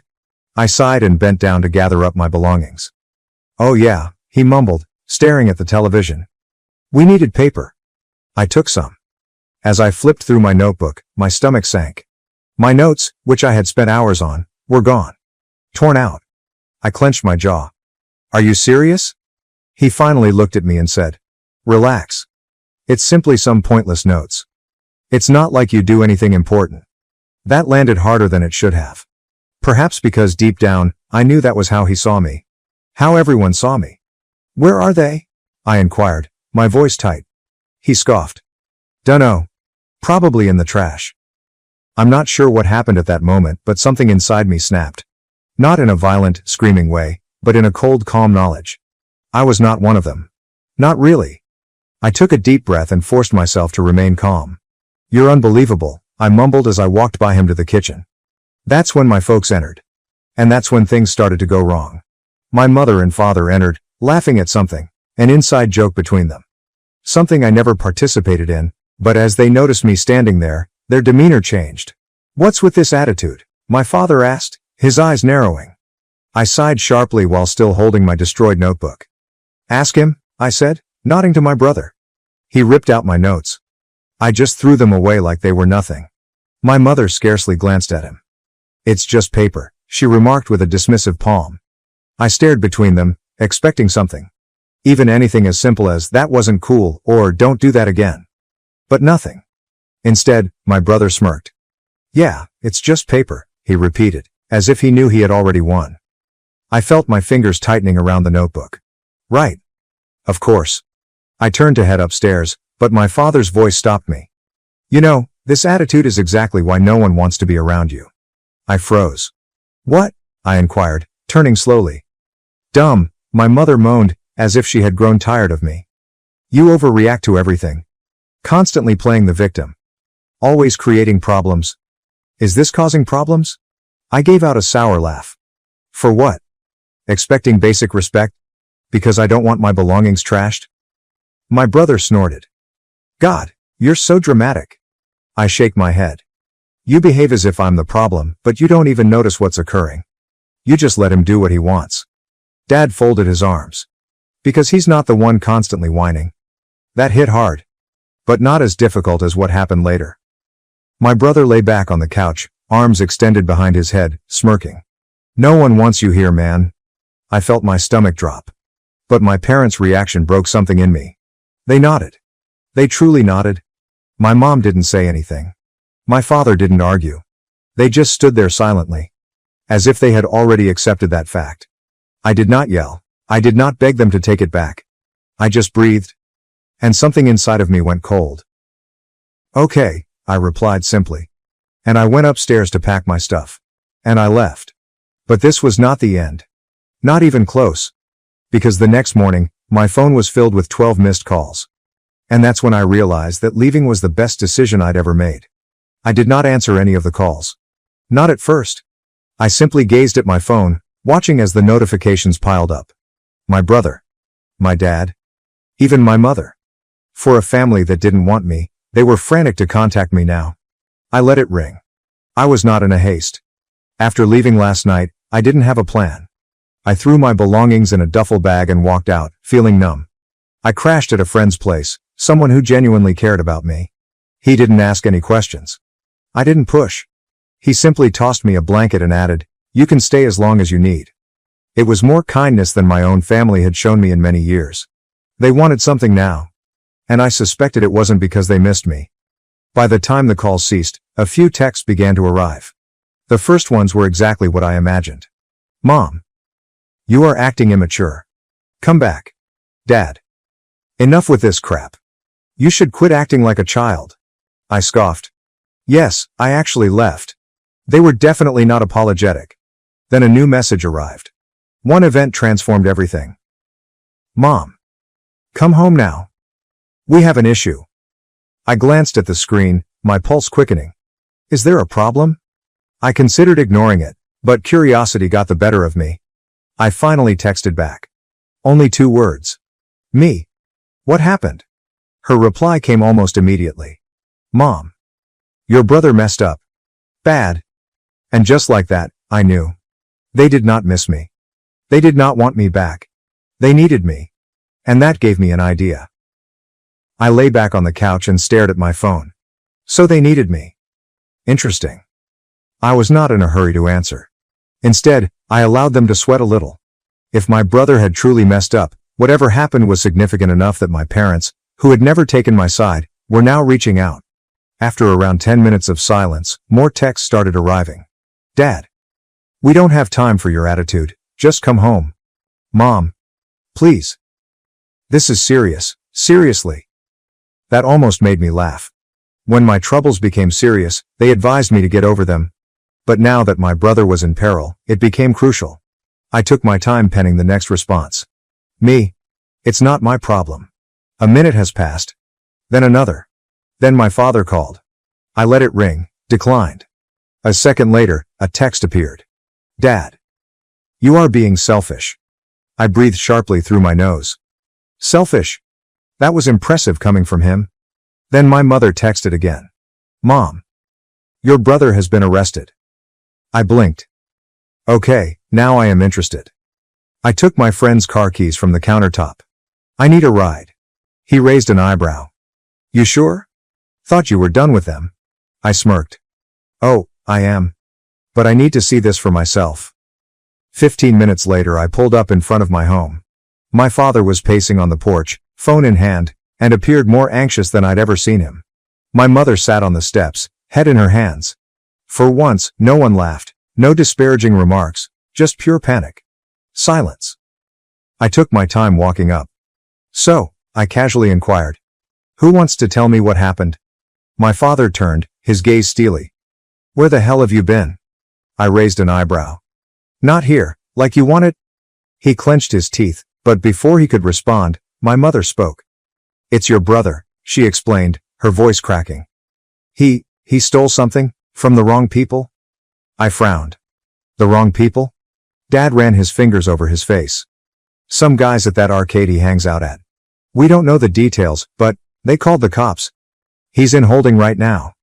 I nearly laughed. Of course, my brother had spent years treating me like garbage, believing he was untouchable.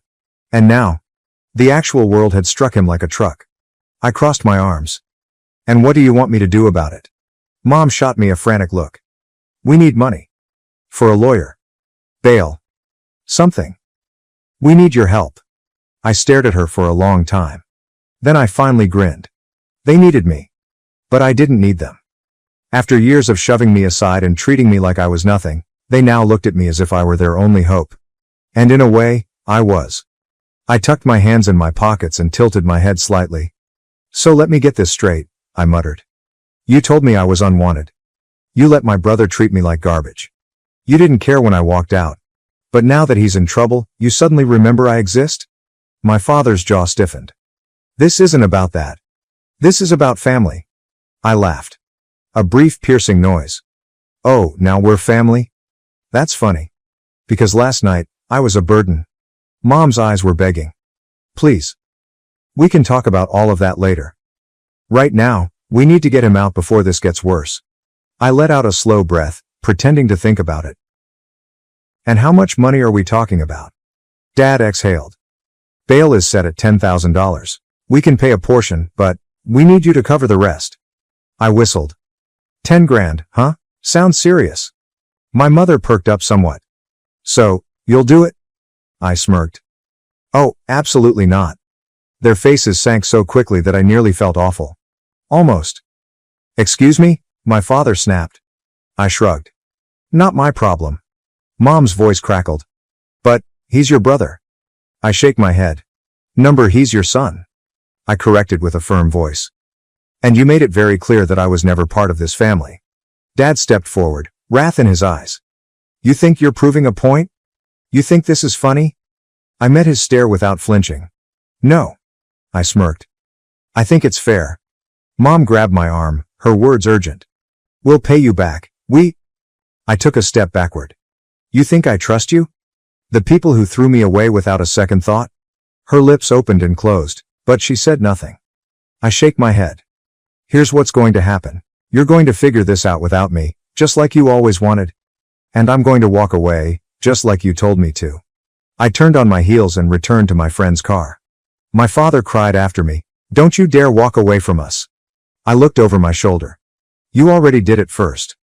Then I got in my car and drove away, leaving them in the mess they had created. I drove away. My fists gripped around the steering wheel. I should have felt triumphant.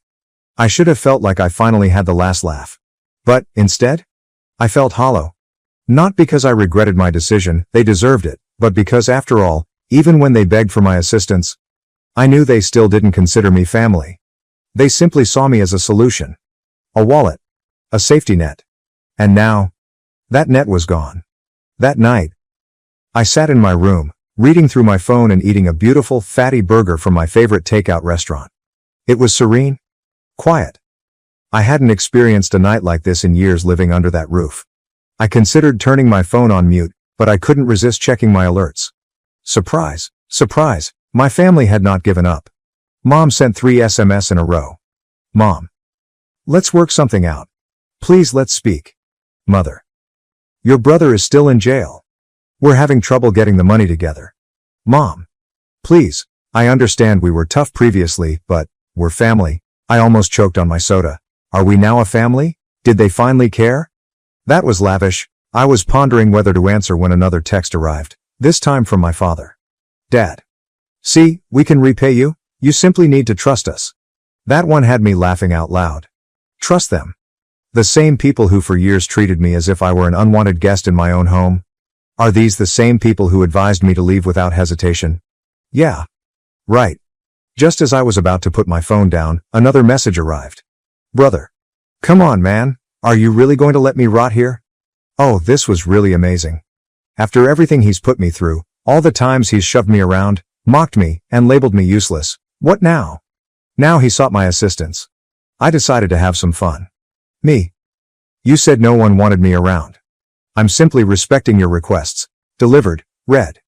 No response. I smiled at myself, extended my arms behind my head, and ate another piece of my burger. Life was good. The following morning, I awoke to a rush of messages. Groggy, I massaged my eyes, unlocked my phone, and began scrolling through them. Apparently, things were getting tough for the family at home. Dad. We had to sell both the TV and my golf clubs. Your mother is furious at me. I hope you're happy. Dad. Please. We don't know what to do now. And then, the best one yet. Brother. I swear to God, when I leave, you better hope I don't find you. That was hilarious. Was the same guy who needed my help now threatening me? I chose to respond. Me. That is some strong language for someone who requires my assistance. Try again. An hour passed before my mother swallowed her pride and sent another message. Mom. Please, we are definitely struggling. I let her sit in her desperation for a few minutes before responding. Me. I'll bail him out. On one condition. She did not hesitate. Mom. Anything? I smirked. I want a public apology. In the family group chat. A long one. I want you all to admit every horrible thing you've said to me, and I want you to thank me for helping. I knew that would hurt my father's pride. But if they needed my help so desperately, they'd have to beg for it. It did take them a bit. But eventually, a new message appeared in the family group chat. Dad. We need to discuss how we've treated you. We've made mistakes, and we now see how deeply we've wounded him. We profoundly regret our comments and behavior. He is an essential member of our family, and we appreciate his generosity in assisting us during this tough time. It was stiff, it was forced, and it was quite humiliating for them. Perfect. I gave them a simple thumbs up emoji and proceeded about my day. Did I really bail my brother out? Haha. Absolutely not. But at least I received the apologies I had always deserved. Next week, my brother called me. Man, I can't believe you did this to me, he said over the phone, his voice heavy with rage. I thought you were better than this. I couldn't help laughing. It was not a malicious chuckle. It's more like the giggle you get when the universe gives you precisely what you deserve. Better than what? I inquired, my voice light and even humorous. I'm just giving you what you wanted. You told me I wasn't wanted, remember? So now you get to stay exactly where you belong. I could hear him smashing something into the jail bars in the distance. You can't do this? You're really just leaving me here? I paused for a moment before responding. You know, I thought I might bail you out. I really did. But you, and the rest of the family, you've made it pretty clear that I don't matter. I paused to allow the words to sink in. So now? I get to laugh. I get to enjoy my life, knowing that I'm out here living it on my terms while you're stuck. Enjoy your stay. He did not say anything for a while. I could almost see him furious on the other end. But I didn't care. After years of being regarded as an afterthought, like an unseen shadow in the backdrop, this was my moment. When I hung up the phone, a sense of relief washed over me. I wasn't angry anymore. In fact, I couldn't feel the resentment I used to harbor for them. Everything had melted away. Just like that. My brother remained in jail. They did everything to get him out, but the charges were so serious that they couldn't help him. They begged and pleaded, but the reality was, they needed me far more than I needed them. As for me, I walked away. Hold your head high. I knew I'd finally returned my power. I didn't have to move a finger to make their lives miserable. They had already done it for me. All I had to do was relax, enjoy my quiet, and know that they would never see me the same way again. And whenever I looked at my phone, with its continual reminders of how desperate they were, I smiled. Because in the end, it wasn't only about the money, it was about the sweet, fulfilling taste of vengeance. For the first time in years, I was finally living for myself. Honestly, this story is quite satisfying. The protagonist was mistreated by his family, but the way he turned the tables and refused to help his brother was great. It's like the best revenge. And he didn't even need to do anything drastic, just let them face the consequences. What are your thoughts? Was that the correct decision, or did he go too far? Would you have helped? Or is this retribution well-deserved? Let me know your thoughts. I was ignored by my family, overshadowed by my mom's favoritism. No matter how hard I tried, I was always blamed for my sister's mistakes. I was never a favorite. That was my sister, the golden child. The person who could do no wrong, no matter how vicious she was or how much she got away with. My mother adored her. And me? I was just there. An afterthought. A shadow in my own house. It's always been this way. Growing up, I immediately realized that my opinions did not matter. My dreams were unimportant. My feelings? Either disregarded or mocked. My sister failed a test because I distracted her. When she lost a buddy, I was very likely the cause. When she broke something, I must have pushed her. And my mother? She believed her. Every single time. I strived to be a perfect daughter. I worked hard. Received good grades. I remained silent as they insulted me. I never acted out. Never fought back. I hoped that if I demonstrated my worth, they would eventually love me as much as they loved her. However, nothing changed. And suddenly everything came crumbling down. It began with an argument. Well, they were arguing. I was just standing there and letting them rant. My sister had failed a class and, rather than accepting responsibility, blamed me. Again. I didn't know how. Perhaps I stressed her out simply by being "You've ruined our lives," she exclaimed. I barely had time to respond before my mother added, "We'd be happier without you." And that was it? The moment that left me broken. I did not cry. I did not yell. I did not beg them to take it back. I just nodded. Then I turned around, walked to my room, got a backpack, and packed whatever I could fit. They did not stop me. They did not even watch me depart. Just like that. I was gone. I stepped outside into the night, the weight of my backpack pressing against my shoulders. However, nothing compared to the heaviness in my chest. I walked without a destination. Simply putting distance between myself and the house I'd never fully called home. It was frigid. I recall that vividly. The air nipped at my skin, but I didn't shudder. I was numb. I had always imagined leaving would be spectacular, like in the movies. Maybe with tears rolling down my cheeks. Maybe with one final lingering look at the house I was leaving. However, there was none of it. No one pursued me. Nobody called my name. Nobody cared that I didn't know where to go. I had no plans. There's no safety net. My savings? Laughable. I had a few $100s put away from modest tutoring gigs, but I knew one thing for sure, I'd never go back. I chose a cheap motel for the night and paid for a single room with trembling hands. I glanced at the bed but couldn't make myself lie down. Instead, I sat at the small desk, the weak yellow light flickering above me, trying to decide what to do next. I did not have a degree. I didn't have any connections. I barely had any money. But I had one advantage. I'd spent my whole life being ignored. Underestimated. Nobody had ever handed me anything. If I was going to succeed, I'd have to create something from nothing. I began with what I knew. Studying. It sounded ludicrous at the time, but I was really excellent at it.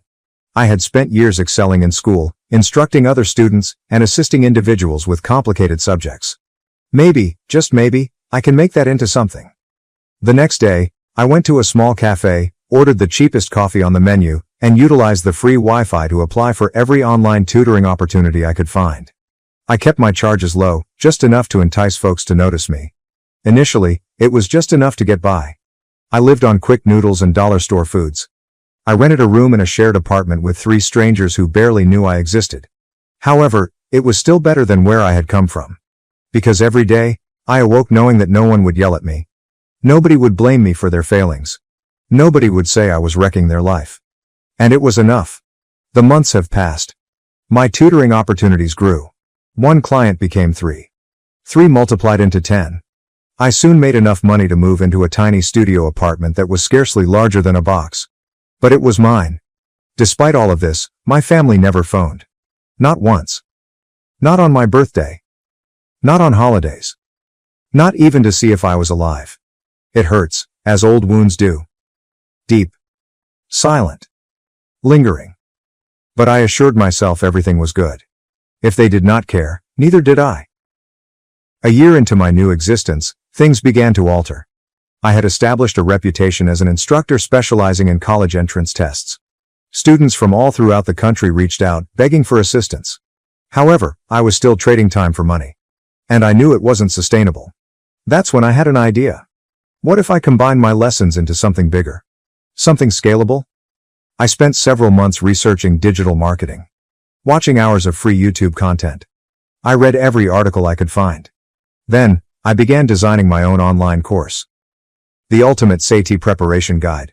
There was a risk. I spent every spare money I had on developing the course, creating a website, and running advertisements. Sales began slowly, 1 here and 2 there. Then something changed. Word of mouth spread. Students began raving about my approaches and shared them online. And, almost overnight, it burst. I awoke one morning to see that my sales had tripled. Then quadrupled. Within a few months, I was earning more than I had ever dreamed imaginable. I moved into a swanky high-rise apartment, the kind I used to fantasize about. I traveled. I met folks who genuinely respected me. Created friendships that were not based on obligation or blood. I'd done it. I'd created myself from nothing. And my family? They were nowhere to be found. Not a single message. Not a single call. They didn't care about me. Until this morning. My phone vibrated. I scarcely looked at it. Then I noticed the notifications. Mom has 6 missed calls. Sister has 8 missed calls. I stared at the screen, my heart racing. After all this time, They had made it apparent that they never wanted me. I let out a slow breath. I'd changed. I wasn't the helpless, needy girl they had kicked out of their life. I wasn't their punching bag anymore. Whatever they wanted, this was not supposed to be an apology. And I had no intention of making things easy for them. I sat there and stared at the screen. For what seemed like hours. But in actuality, it just took a few minutes. My thoughts raced. What could they want after all this time? Mom has never apologized for the way she treated me. She'd never revealed that she always picked my sister above me. And my sister? She hadn't even realized I was gone. Until now. But now, after all, they wanted me. I eventually decided to pick up. It was almost weird to hear her voice after so long. Hello? I asked, keeping my voice calm. Sweetie, please, we need to talk. Mom's voice quivered. Sweetie? After everything?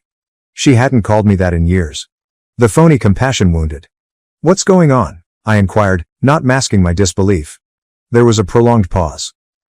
We've fallen on hard times, Mom explained, her voice quivering. Your sister, she's been having trouble at school again, and with everything going on, we just don't have enough. She said with hesitation. We need your help.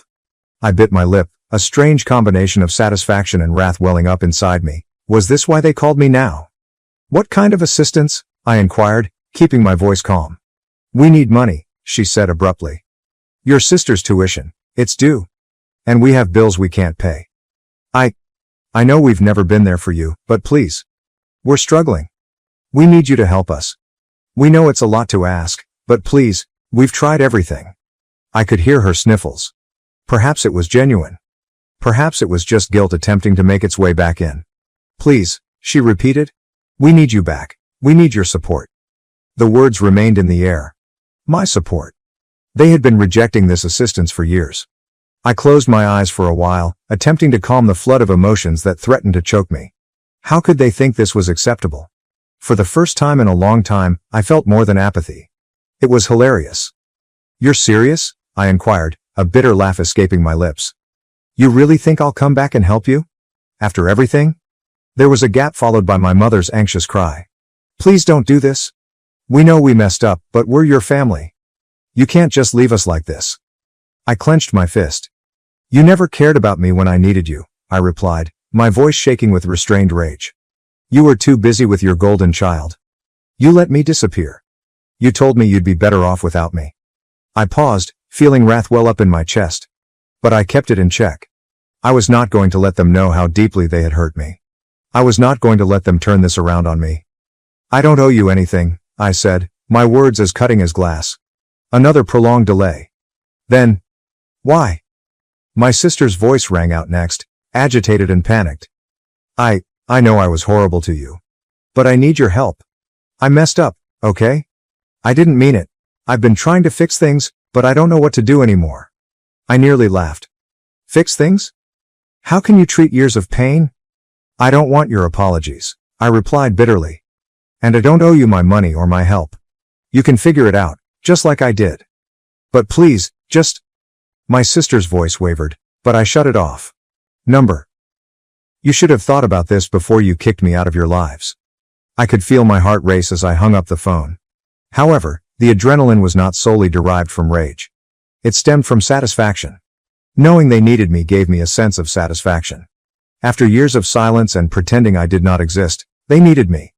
I stood up and paced the room, allowing the gravity of the situation to set in. They were not calling to apologize. They weren't calling because they had missed me. They were phoning because they wanted me to remedy their mess. And while they struggled, they recognized what they had thrown away. But that didn't matter to me. They did not deserve me anymore. I was finished. But deep down, a part of me wanted to make them beg even longer. Make them uncomfortable. The phone vibrated again. I glanced at the screen. Mom, again. Her message carried the same desperate tone. Please. I know we can't undo the past, but we need you. I grinned. They had no idea what they were getting into. The phone vibrated again. The screen flashed with another message from my mother. Please, I'm begging you. We don't know where else to turn. I stared at the message, my finger hovering above the screen. Part of me wanted to dismiss it completely. Following all. Hadn't I previously answered them? But the desperation in her tone made me hesitate. For a time. Then I shook my head. I was not going to soften. I was not going to be the one to improve their lives again. The thing is, I'd constructed something for myself. My empire, so to speak. My achievement wasn't solely about money. It was about the ability to choose who would be a part of my life. And my family? They no longer deserve that luxury. I put the phone down. I walked to the window. I looked out at the city. From this vantage point, everything seemed far away. So little. My former life's troubles felt like they belonged to someone else. I wasn't that person anymore. I was not their burden. Nevertheless, the messages kept pouring. I took a breath. I was not going to give in. I was not going to let them influence me with their guilt. But, deep down, there was a flare of something. Perhaps it was a pity. Perhaps curiosity. Perhaps something darker. But I resisted. The following morning, I awoke to the sound of my phone vibrating on the nightstand. Again. A quick peek at the screen confirmed it was from my sister. This time, I paused. Should I bother reading this? But my thumb swiped across the screen before I could think about it any longer. The message came in. I know I can't change the past, but I've been trying so hard to get into college. They rejected me, and now Mom's saying that if we don't get the money for the retake, I'll never make it. Please. Please. I'm so sorry. I felt an unusual sensation. Not sympathetic, not guilty. But something made me halt. Was this genuine? Was my sister really begging me? Or was she simply doing her part? I took a deep breath, my hand trembling as I typed my response. You never cared when I needed you. Why should I care now? I pressed send. The weight that settled in my chest felt heavier than I anticipated. A part of me felt cold and detached. I had built some protective armor over the years. But there's another part of me. It wanted to believe her. But I could not. I continued to work throughout the day. But, every time I looked at my phone, there were additional notifications. Calls. Texts. Voicemails. They were unrelenting. I could feel their desperation creeping through the screen and the words. They were beginning to disintegrate under the weight of their own decisions. But what did they expect of me? They'd made their bed. They'd picked their route. Now was the time for them to face the consequences. But then, at 7 p.m., I noticed something that made my heart skip a beat. A note from Mom. I need to talk to you. This isn't just about money. I know I messed up. We messed up. But I'm asking you, as a mother, to come home. I need you. We need you. Please don't leave us like this. I stared at the message. My thumb hovered above the keyboard. I briefly pondered calling her back. Perhaps I could hear her out. Maybe I can find a way to make this work. But then, I thought about what they had put me through. They treated me as if I did not matter. I was not going to forget that. I was not their savior. With a long exhale, I typed. You had your chance. I'm done. I pressed send. And something within me cracked. I knew I'd made the proper decision. At the same time, I felt a lingering ache in my chest. Because deep inside, I couldn't help wondering. What if this was their final scream for help? What if they truly were suffering? But in the end, I learned one thing. I could not repair them. They were beyond rescuing. If they wanted anything from me, it needed to be on my terms. I put my phone down and attempted to forget about them. But the following evening, while I was sitting in my living room, going through my phone, I heard a knock on the door. A sharp and fast rap. There was a pause afterwards. I looked up, puzzled. Who might that be? I stood up and moved toward the door, the hairs on the back of my neck standing on edge. Something did not feel right. Looking through the peephole, my stomach sank. There they were. Mom. Dad. My sister. I am standing on my porch. They looked like they hadn't slept for days. Their faces were worn, drawn, and pale. But it wasn't only their appearance that made my pulse quicken. It was the fact that they had arrived here. Uninvited. I hesitated for a time, unsure what to do. Part of me wished to ignore them. Turn around and walk away, pretending I hadn't noticed them. But the wrath I had been suppressing surged up.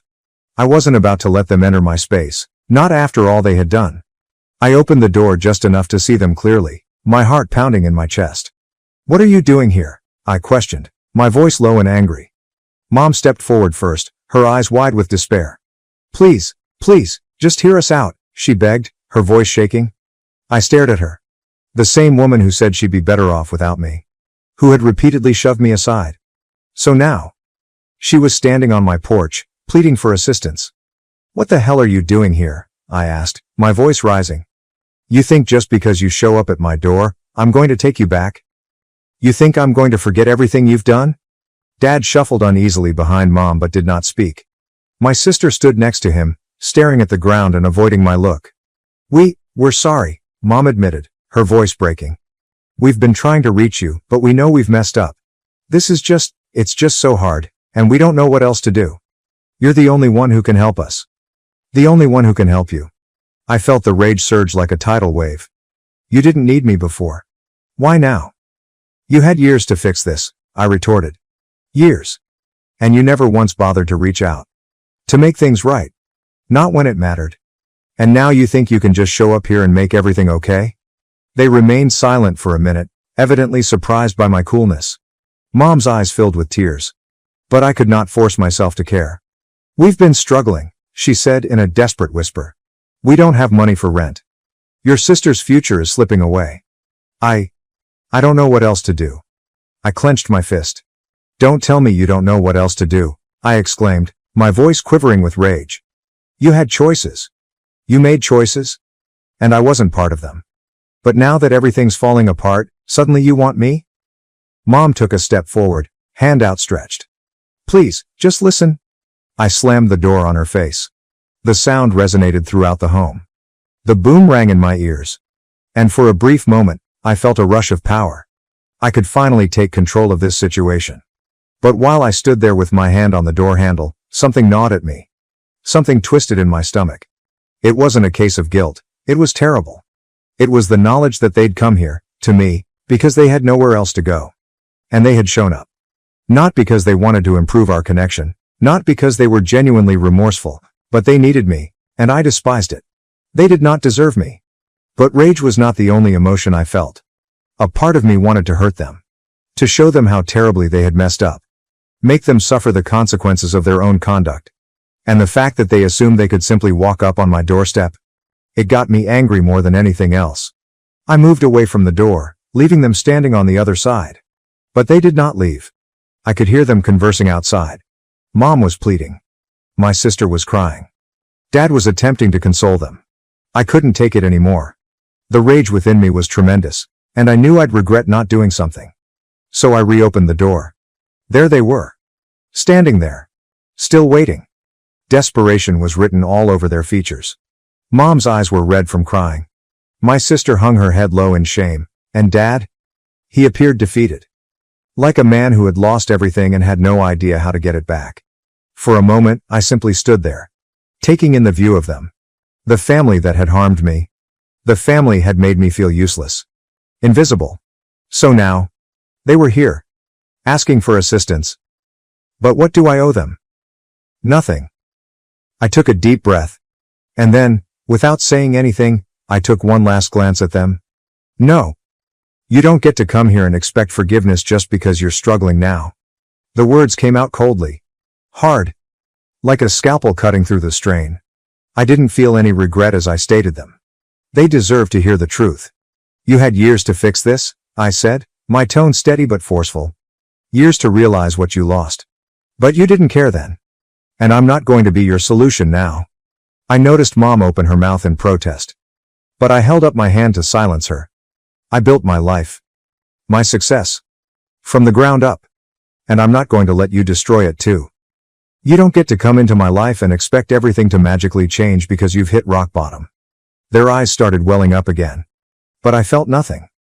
There is no guilt, no regret. Just some calm satisfaction.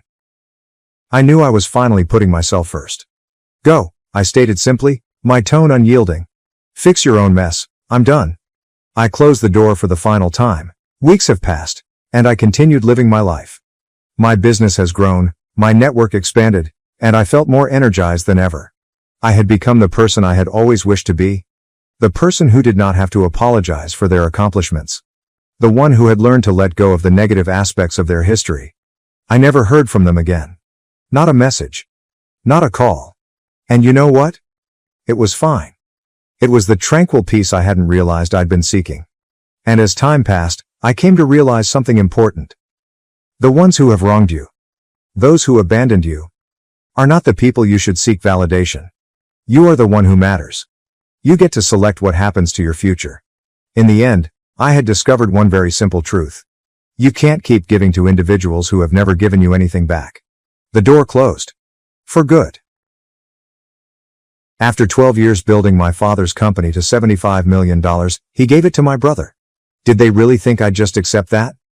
After 12 years of operating my father's company, I finally increased its value to $75 million.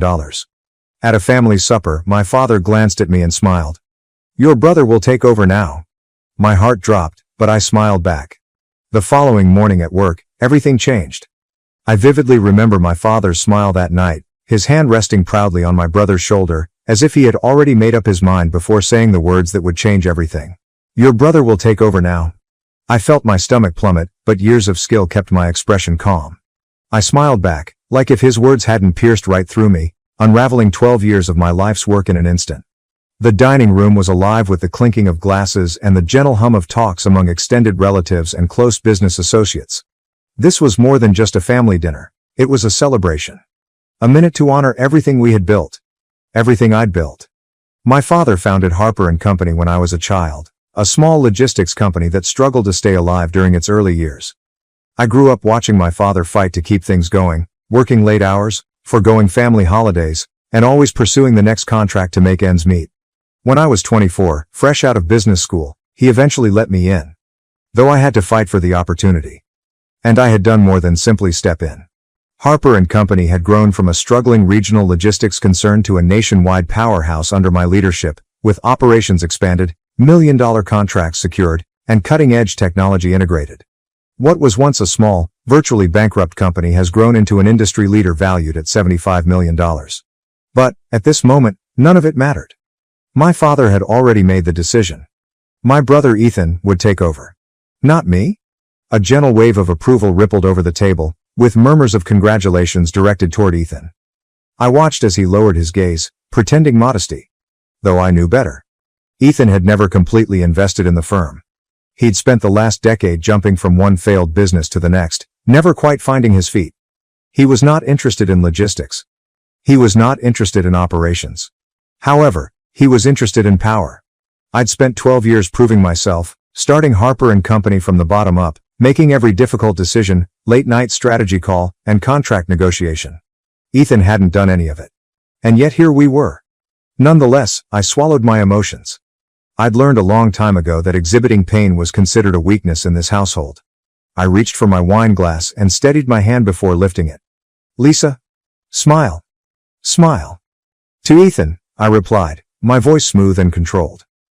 The visitors raised their glasses, unaware of the tempest developing behind my eyes. My mother looked at me from across the table, an unreadable expression on her face. But I knew she understood. Unlike my father, Mom had always recognized the effort I put in. But she refused to interfere. She never did. Then there was my father, smiling with the same unflinching assurance, fully oblivious that his decision had put something in motion. Ethan met my eyes from across the table, a smirk barely visible on the corner of his lips. That was the moment I knew. This was not solely my father's decision. Ethan had waited for this. He had carefully positioned himself, portraying the loyal son who had finally discovered his purpose. My father, a staunch conservative, saw no problem in his rationale. The kingdom should be passed down from father to son.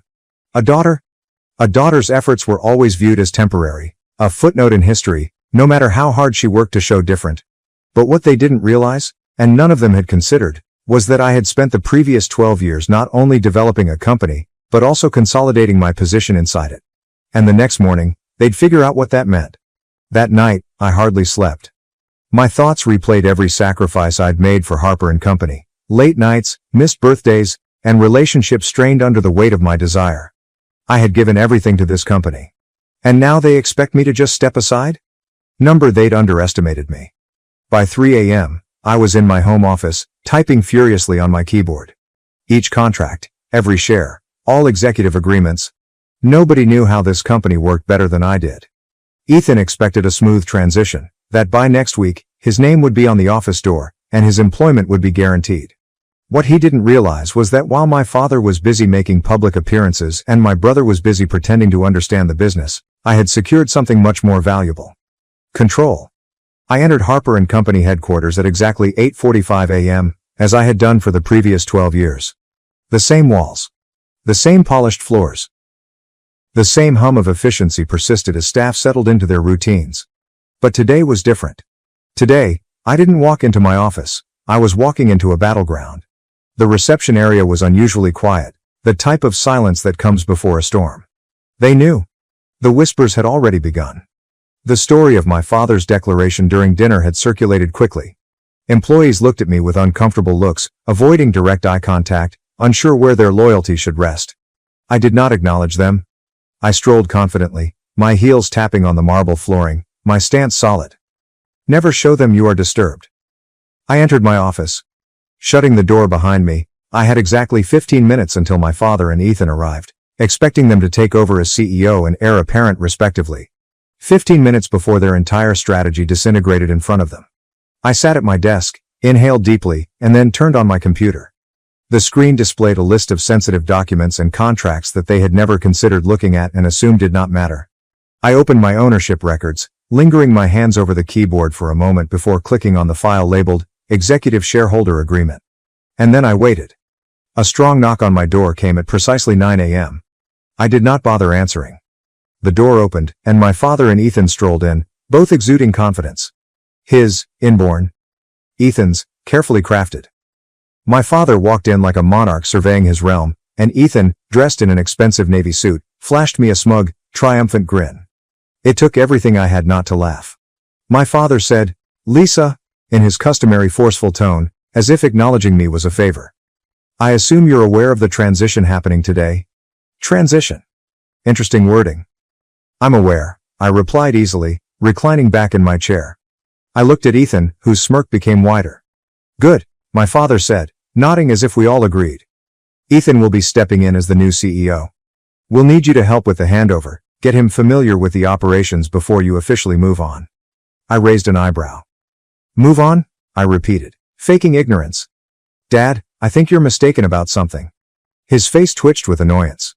He was used to my silent cooperation and ability to follow instructions. He was unprepared for this. "Lisa," he murmured, his voice tight, like if addressing a child. "This isn't up for debate. We've already made the decision." I smiled, a slow, knowing smile. "Oh, I know, Dad," I answered softly. "The thing is, you don't have the authority to make that decision." Ethan scoffs quietly and shakes his head. "Lisa, don't make this difficult. We're trying to do this the easy way." I did not respond. Instead, I went for my remote and clicked a button. The enormous screen on my office wall displayed a document that I had been examining earlier. Executive Shareholders Agreement signed on August 17, 2015. Signatories, Lisa Harper, James Harper, father, and Ethan Harper. My father's face paled somewhat. I turned to Ethan. "Do you even know what this document is?" He crossed his arms and shifted in discomfort. "A shareholders agreement?" he wondered. I nodded. "Yes. And do you know what it says?" I tapped the screen to highlight an important clause. This document was drafted when Harper & Company was restructuring. It clearly states that any transfer of executive power, such as appointing a new CEO, requires the approval of all majority shareholders. I caught my father's gaze. "And I, Dad, hold 60% of the company's shares." The hush that followed was smothering. My father's expression darkened. "That's impossible," Ethan whispered as he moved forward to examine the page. "Actually, it's very possible," I replied calmly. "You see, over the years, while you were busy failing at every startup you touched, and Dad was busy playing the role of business patriarch, I was doing something else." I leaned forwards. I was securing my place. I turned back to face my father. "Remember when you needed capital for expansion in 2017? You agreed to give me an additional 15% of your shares in exchange for my investment. And in 2019, when we had that court dispute, another 10% was transferred under my name as collateral, which you never bothered to reclaim. That, plus my original 35%, gives me the controlling stake." My dad's jaw clenched. "But Ethan..." Ethan was in a panic. "You have to be bluffing," he exclaimed. I took out a second document. "This is the most recent legal filing with the state. Want to verify?" Ethan took the paper and scanned it, his face losing color with every passing second. "You can't do it," he muttered. "Dad, tell her she can't do this." My father stayed silent. Because he knew. I had lawfully outmaneuvered him. And he couldn't do anything about it. I sighed softly and stood up. I'm not firing you, Ethan, I explained. I don't want to force you into the real job market, but you will report to me and work under my guidance. Otherwise? I motioned to the door. You're free to leave. Ethan looked at my father, his eyes begging, but for the first time in his life, my father had no response. There was no way to fix it, because it wasn't his company anymore. That was my. The silence in my workplace felt oppressive. Ethan still held the official document in his hand, his fingers white from holding it too firmly. My father remained motionless beside him, his expression unreadable. But I knew better. He was calculating, trying to figure a way out of this. There was not one. I had spent years preparing for this moment, not because I expected treachery, but because experience had taught me never to presume loyalty in situations of authority. For the first time in my life, my father didn't recognize me. Maybe he never had. Is that it? Ethan eventually spoke, his voice tinged with resentment. Are you just taking everything? I laughed softly, without humor. Are you taking everything? I repeated, moving closer to him. Ethan, I created this company from nothing. I made every contract, expansion, and innovation a reality. While you were busy failing above, I was keeping this company running. So no, I am not taking anything. I leaned in slightly. I'm just keeping what's already mine. Ethan's face contorted in rage, but he had no response. He knew I was correct. And worse, so did my father. He had spent years believing that bloodline was more important than skill. That his son would receive what was properly mine. He'd underestimated me. And now he had to pay for his folly. My father eventually ended the hush. You're making a mistake, Lisa. His voice was calm and calculated, but I could sense the pressure underlying. Families should stick together. Do you truly want to end this relationship? I met his eyes unflinchingly. Dad, I said, you burned this bridge the moment you made your decision without me. His lips form a thin line. Business is larger than one person. We can develop a solution that benefits everyone. I cocked my head slightly, simulating interest. Oh, I agree. I let the words hang in the air before proceeding. That's why I'm offering you both a choice. I went to Ethan first. You can stay with the company, I added, keeping my voice smooth and professional. But you will not be CEO. You will serve as an advisor with limited authority. Your compensation will be generous, but you will report to me. Ethan stiffened, but I did not stop. Or, I added, you can walk away. I will acquire your shares at market value. You can take the money and start working on a new project. My dad scoffed. You're acting like you hold all the cards. I smiled. I do. My words were followed by a dense hush.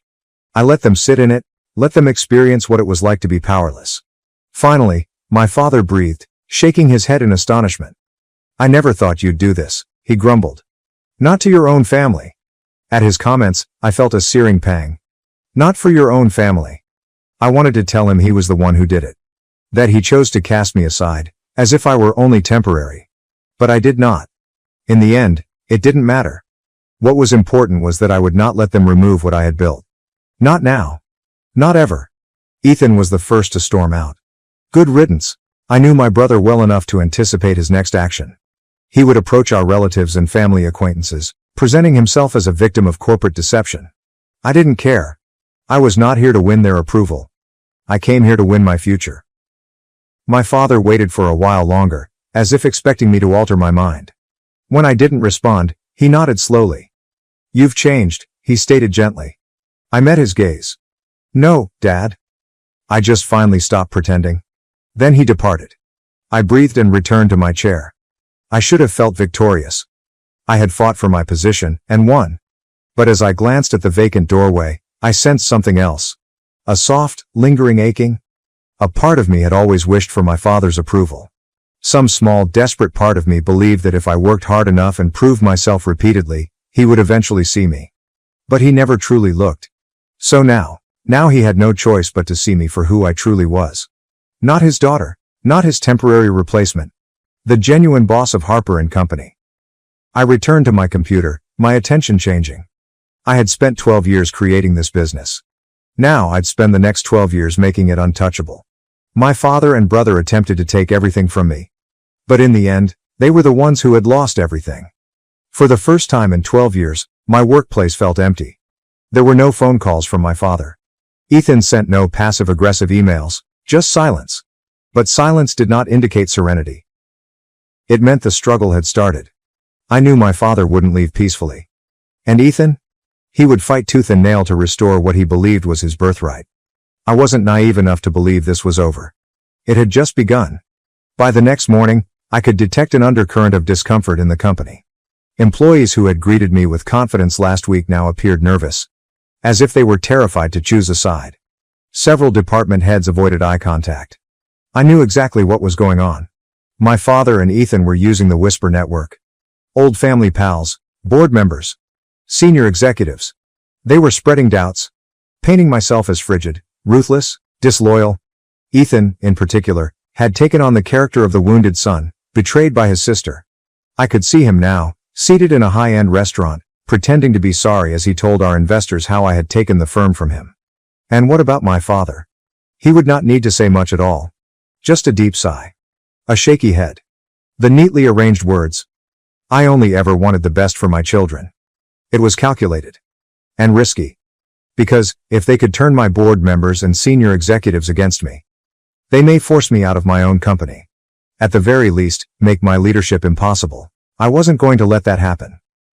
That afternoon, I scheduled an emergency executive meeting. As I entered the boardroom, I could feel the tension in the air. Half of the room averted my gaze. The other half observed me too closely, waiting for me to slip. I took a seat at the head of the table. My seat. Let's not waste time, I added, my tone steady. I know there have been conversations, behind closed doors, over drinks, in hushed voices. I let my gaze sweep the room, pausing on each individual just long enough to cause them to squirm uncomfortably.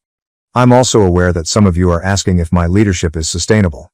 Several folks tensed. Nobody spoke. I tapped my fingers on the polished wooden table. Let's clear that up now.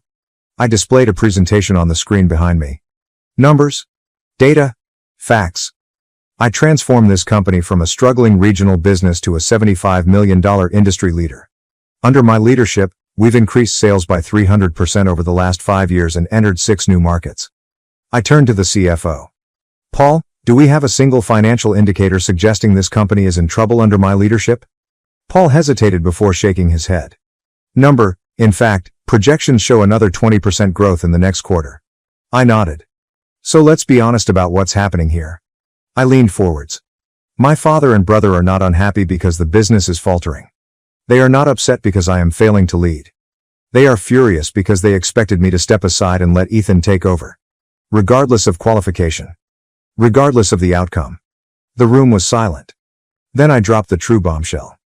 I also know that some of you have been contacted in the last 24 hours, offered incentives to push for my resignation. I tilted my head slightly. If anyone here would like to disclose those conversations now, this is your chance. Several folks shuffled uncomfortably. Then, after a lengthy period, one of the senior executives cleared his throat. I received a call, he said. From your father. He said he was considering making an official appeal to the board. I nodded, not surprised. And did he offer anything in return for your support? A pause. Then, a slow nod. There it is. I breathed and stood up. My father built this company, I replied. I will not dispute that. But I went further than he could have. And I will not let him manage it from the outside. I let my voice drop slightly, controlled and threatening. If he wants a fight, he'll get one. I gathered my papers and looked each executive in the eyes. If anyone here believes my father and brother deserve control, now is the time to make your move. Silence. Nobody moved. Good. I turned and went away, head held high. It wasn't just about keeping my company. This was to ensure that they never imagined they could take it from me again. That night, I made my own call. Not to any board member, not for an investor. But what about the media? By morning, the business section of every major news outlet featured the following headline. Power shift at Harper & Co. Lisa Harper outmaneuvers family in boardroom battle. I'd made my move. Now it was their turn. And I waited. My inbox burst the morning after my story went to publication. Emails. I missed calls. Messages from reporters, investors, and board members. Some were supportive. Some were cautious. However, most of them had one question in common. Is it true? I let them wait. I knew what game my father was playing. He had spent decades mastering the art of public perception. He understood that reputation was important in business. If he couldn't beat me in the boardroom, he would undercut me in public. And that was exactly what he was attempting to do. By lunchtime, the first counterattack had arrived. A press release is nicely made, precisely phrased, but full of lies. Harper & Company has always been a family-owned business. We are disappointed by recent occurrences, but we remain dedicated to sustaining the ideals that have driven this organization. Changes in leadership are unavoidable, and we expect to transition seamlessly as we move forward. It was subtle. But I knew what it was actually saying. Lisa is irresponsible. Lisa is unstable. Lisa isn't a team player. I was not surprised. I was, however, incensed. I sat in my office, watching the news as industry analysts argued over my leadership. Was Lisa Harper too aggressive in her takeover? Will her lack of cooperation hurt the company in the long run? Can she recover from this PR disaster? They spoke as if I wasn't watching. As if I hadn't already planned my next move. Because if my father and Ethan desired a public conflict, I was planning to give them one. I did not release a statement. I did not call a press conference. Instead, I placed one phone call. To an old buddy in investigative journalism. I have something for you, I explained. But you'll need to move fast. An hour later, I emailed over documents. Emails. Financial reporting. Internal records. Evidence. Harper & Company, under my father's guidance, had engaged in unethical business activities throughout time. I had spent the previous decade quietly cleaning up. The news broke within 24 hours. Behind the scenes at Harper & Company, a legacy of hidden debts and financial cover-ups. The piece was brutal. It applauded my leadership for improving the company's financial situation. It was critical of my father's mismanagement, but most importantly, it proved that I was the sole reason Harper & Company had survived. Just like that. The narrative changed. The board has stopped doubting me. The investors stopped hesitating. And what about my father? He had nowhere to hide. 2 days later, my father finally contacted me. I let the phone ring 3 times before answering. Lisa, he murmured in a tense voice. We need to talk. I slumped back in my chair. Do we? Silence. Finally, a sigh. You didn't have to do that. I gave a tiny laugh. Neither did you? This company was supposed to be a legacy, he told me. For the family. For both of you. I had a familiar pain. A small, naive part of me had once desired that, but not anymore. Dad, I spoke gently. If you wanted me to safeguard the legacy, you should have trusted me with it. Instead, you attempted to steal it from me. Another prolonged stillness. He asked, almost reluctantly. What happens now? I breathed slowly. Now, I'm going to make sure you never touch my company again. The conflict was over. My father had lost. Ethan had vanished. And I'd won. However, when I sat in my office, staring out at the metropolitan skyline, I felt no happiness, no victory, just emptiness. I had spent the last 12 years fighting for Harper & Company, building it, safeguarding it, and making it stronger than ever. Nonetheless, the cost of that win outweighed my expectations. Because I had secured my position, I had misplaced something else along the road. My family. The next day, I came into the office as if nothing had happened. But everybody knew the truth. The whispers had ended. The doubt had dissipated. I was no longer simply Lisa Harper, CEO. I was Lisa Harper, the lady who outmaneuvered her father and brother and emerged victorious. Some people appreciated me for it. Some scared me because of it. And some were still waiting for me to fall. I let them wait. At midday, my father and I convened in the conference room for our final conversation. He seemed exhausted. Older, as if the weight of what had happened had finally fallen on his shoulders. I waited for him to speak first. When he finally spoke, his voice was softer than I'd ever heard it. I'm retiring, he announced simply. Effective immediately. I did not react. I had anticipated this. I'll sell my remaining shares, he added. I'll keep a small percentage as an investor, but I won't be involved anymore. I examined him attentively. And Ethan? His jaw stiffened. He's gone, my father admits. Took the buyout? He won't be back. A part of me knew it would end like this. Ethan had never been strong enough to face his own difficulties. When he realized he had lost, he did what he always did. Run. Still, hearing it out made something inside me ache. No regret. Not guilty. Simply the finality of it all. I nodded. Understood. My father exhaled and rubbed his temples, as if he had a headache. Then, after a long gap, he said something unexpected. I underestimated you. It was not an apology, but it was as close as I'd ever come.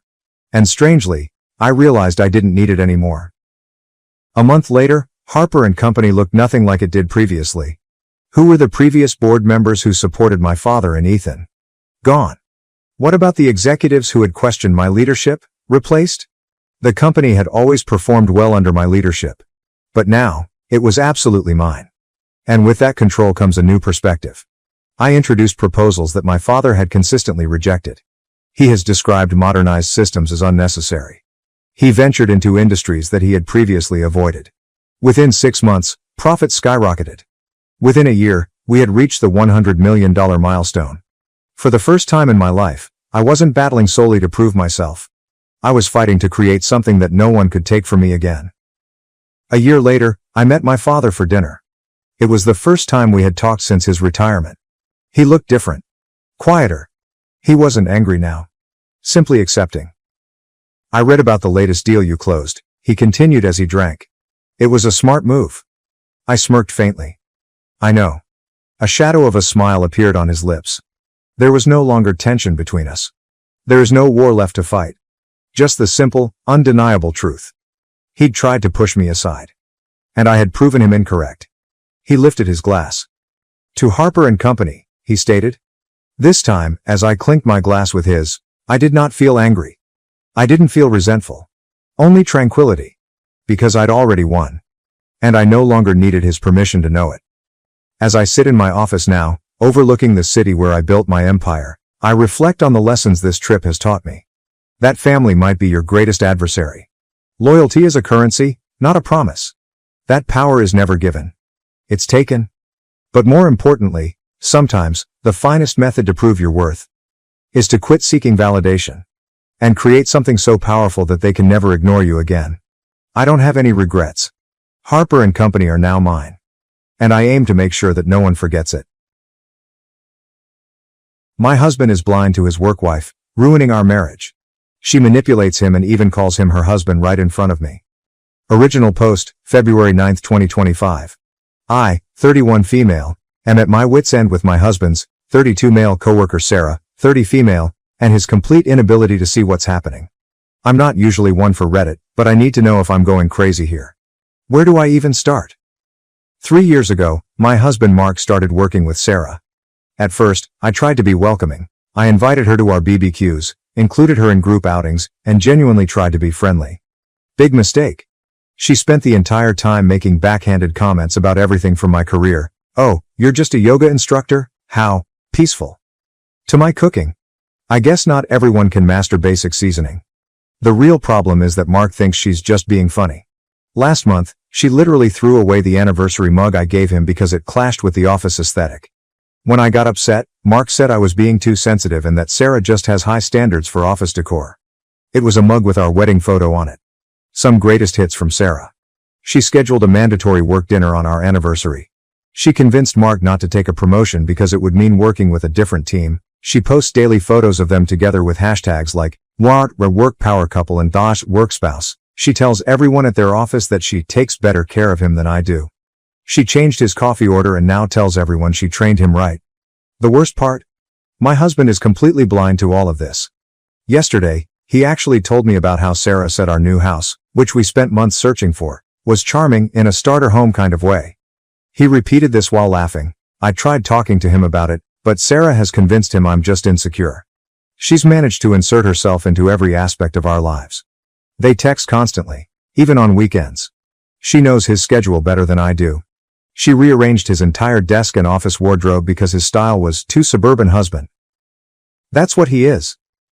Last week, I suggested marriage counseling. He looked genuinely confused. He of course went and talked to Sarah about it. I found out from another coworker that she's been telling people that Mark and I are going through a rough patch, and that she's just being a good friend by giving him someone to talk to. We weren't going through anything until she started this nonsense. The breaking point? I stopped by his office to surprise him with lunch. I know, but it was his birthday and Sarah was supposedly out sick. Guess who was there? Sarah. She'd miraculously recovered, and bought him a cake that said, "To my work hubby," with a photo of them from the office holiday party. She saw me and said, "Oh, Amy. You came too. How nice. Mark, you didn't tell me your real wife was coming. I'm not crazy, right? This woman is trying to destroy my marriage while my husband stands there grinning like it's all some big joke. What should I do? Divorce seems extreme, but I'm running out of options here. TLDR. My husband's work wife is actively trying to sabotage our marriage while he remains completely oblivious to her obvious manipulation. ETA. I should have stated that the promotion wasn't one that would increase his salary but his title. It would give him more leadership experience. It still blows my mind that he turned it down just so he could stay on the same team as her. ETA. I should have told the mug story in its entirety. She accidentally broke the mug. I noticed it was gone when I was visiting him one day and I asked him about it. He said she accidentally knocked it over and then later he repeated a joke she made about how it didn't fit the office aesthetic.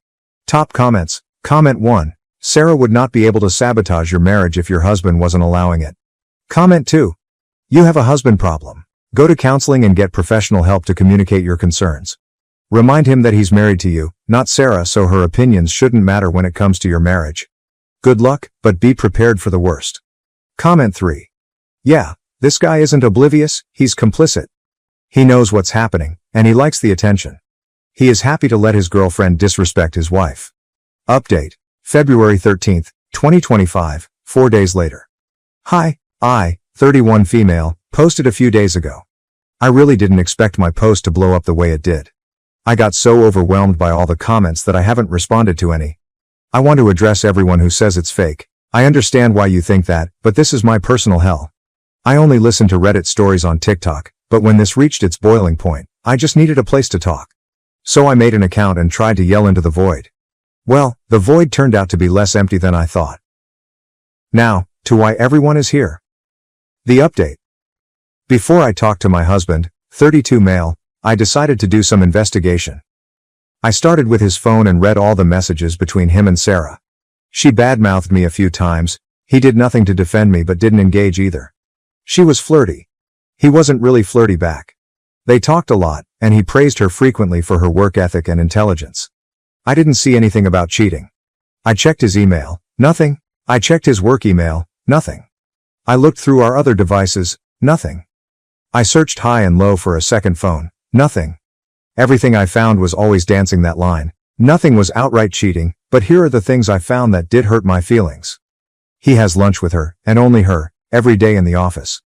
They don't really like anyone else, so they'll criticize others and say, "Let's talk more at lunch, they're serving XYZ today." He'd say things like, "I'm sure if you were a wife, you would XYZ. He always kept it as a wife, and not my wife, but it still upset me. She admitted to breaking the mug on purpose. He didn't get upset with her, just said, "Yeah, the photo gifs are kind of corny." I confronted him. I laid it all out, and while he wasn't upset, he did try to brush things off. He said I was being sensitive and overreacting. I told him if we didn't have a real conversation about this, I would file for divorce. That got his attention, and he sat down with me. He admitted that at first, he found it odd that Sarah was trying so hard. He saw her trying hard with all the men in the office. The more attention she gave him, the more he enjoyed it, and the more he responded, the more attention she gave, until she just had her sights on him. He knew some of the other men were envious, and he liked that too. He admitted that eventually, he just got too deep.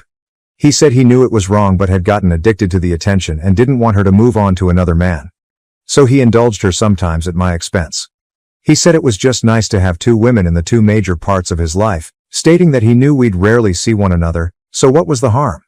He reiterated that he never ever physically cheated with her but admitted it could be called an emotional affair. It was painful, I won't hide that. I mean really painful, like I wasn't enough. I told him from this point on, he needed to stop communicating with Sarah and ask to be transferred or switch jobs altogether. Now folks, I mean it when I tell you this.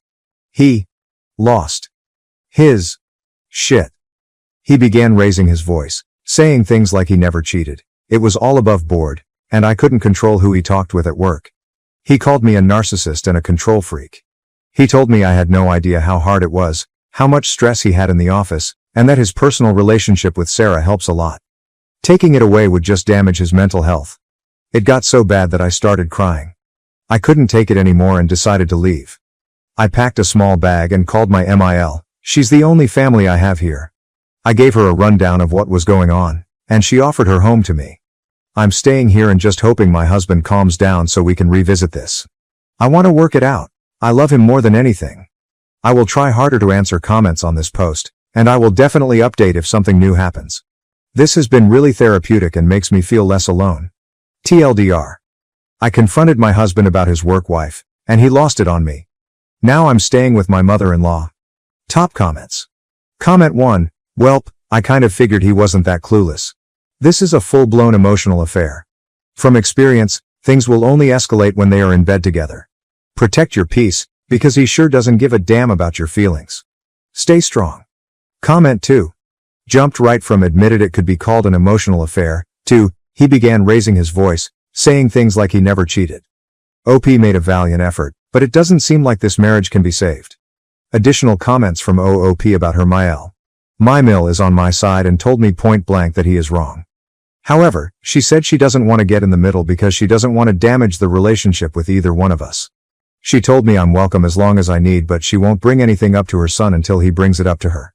My MIL agrees his actions are wrong but doesn't want things to escalate or to damage her relationship with either one of us, so she is staying out of it unless he contacts her.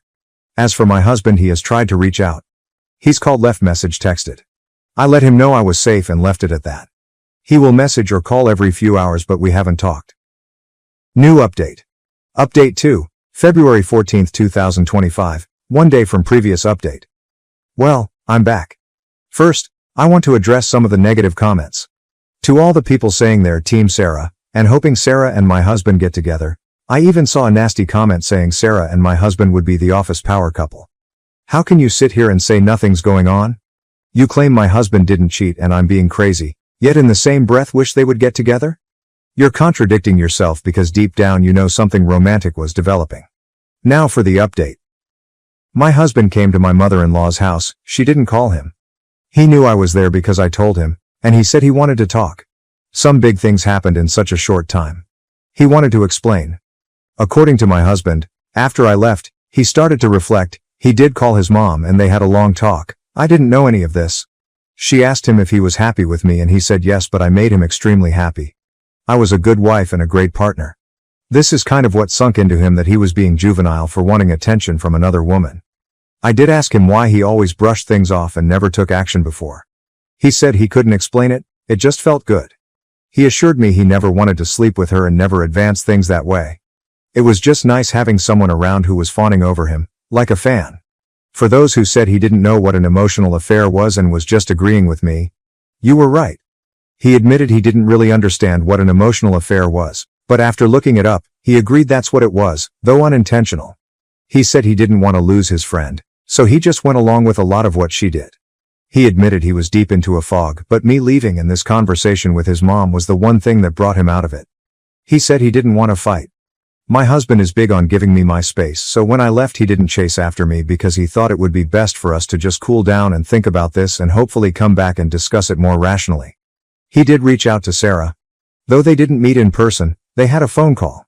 He told her they couldn't remain as close, that their out-of-office texts and calls needed to stop, that he would get a replacement mug she wasn't to touch, and that they needed to cut back on their lunches. He wanted to handle this before talking to me, to show he was serious. Sarah didn't take it well. She started berating me, saying I was forcing him to do this. My husband stopped her and said no. He was doing this because his marriage was important. He admitted letting things go too far but clarified he had no romantic interest in her. He told her if she had feelings for him, she needed to distance herself immediately. Sarah ended up ruining their friendship herself. Though my husband was willing to maintain a more distant friendship, her comments about me and him, claiming she'd never want him and that everything she did was because she knew we weren't meant to be together, and she was trying to open his eyes. He said he couldn't believe he'd never seen how vindictive and awful she was. She was almost venomous. It didn't end well. After handling that situation, he came to see me, wanting to ensure I knew he understood and was taking the proper steps. He said we could do whatever I needed. I know some of you will say I'm wrong, that divorce is the only option because he had an emotional affair. I'm sorry to disappoint you, but I'm not divorcing my husband. I told him we needed counseling for both of us. Yes, going through all his devices, emails, and texts might have been extreme. He agreed it felt like a breach of privacy but understood given the circumstances. I told him we both needed to work on things. As of right now, I guess you could say that we're separated. We're not staying in the same house. We're going to attend counseling. I don't want to just jump back into things with him. I don't want it to seem like it was okay to make me feel like I was the second option, to ignore all those red flags and to brush me off. This has to be worked on. I'm leaving his mother's house and staying with a friend. I'm not sure if anyone's going to want an update after this. Sorry, it's so anticlimactic. Sorry, it's typical. Oh, you just got back together. I mean, it is, but it isn't. I love my husband. I know he loves me. I don't think everything is an end-all be-all. Yes, it's a terrible situation. Yes, he did a terrible thing, but I want my marriage to last, so we're giving it another go. I genuinely hope this is my last update, but if it's not, y'all will know. Thank you for all the messages. All the support for everything really has been a huge help. Top comments. Comment 1. Honestly, this was the update I was hoping for. I'm happy he recognized it and that you two are working for your marriage. All the best, and I hope your marriage is stronger after this episode. Comment 2. Glad to hear that the fog is lifting. I hope he sticks to his word and distances himself from Sarah. I would even involve HR to let them know what is going on in case she gets vindictive and tries to cause trouble at work. I'm happy to hear that you're proceeding cautiously. I hope everything goes well for you in the end. Third update. Update 3. February 18, 2025, 4 days from previous update, but removed due to posting too many updates. Hi Reddit, we are continuing our work-wife saga. As a lot of you predicted in my last update, Sarah wasn't happy about my husband ending their friendship and trying to put a distance between him and her. I seriously thought she was going to reach out to me, but she never did. Why? Because this was never about me. I was not even on her radar except for somebody to tear down. I will give Sarah one thing. She is extremely efficient. She started her campaign long before Monday morning. Over the weekend she reached out to several of my husband's coworkers, mostly male. She told them that my husband had randomly stopped being friends with her and she suspected it was my fault. She said she couldn't believe it. Everyone knew how close they were. She just felt bad for him. Wanted to be a friend for him and hopefully help him out of our terrible marriage. She went on and on about how she couldn't believe how much this is going to affect her during her working hours and that she didn't know if she can continue working at this job.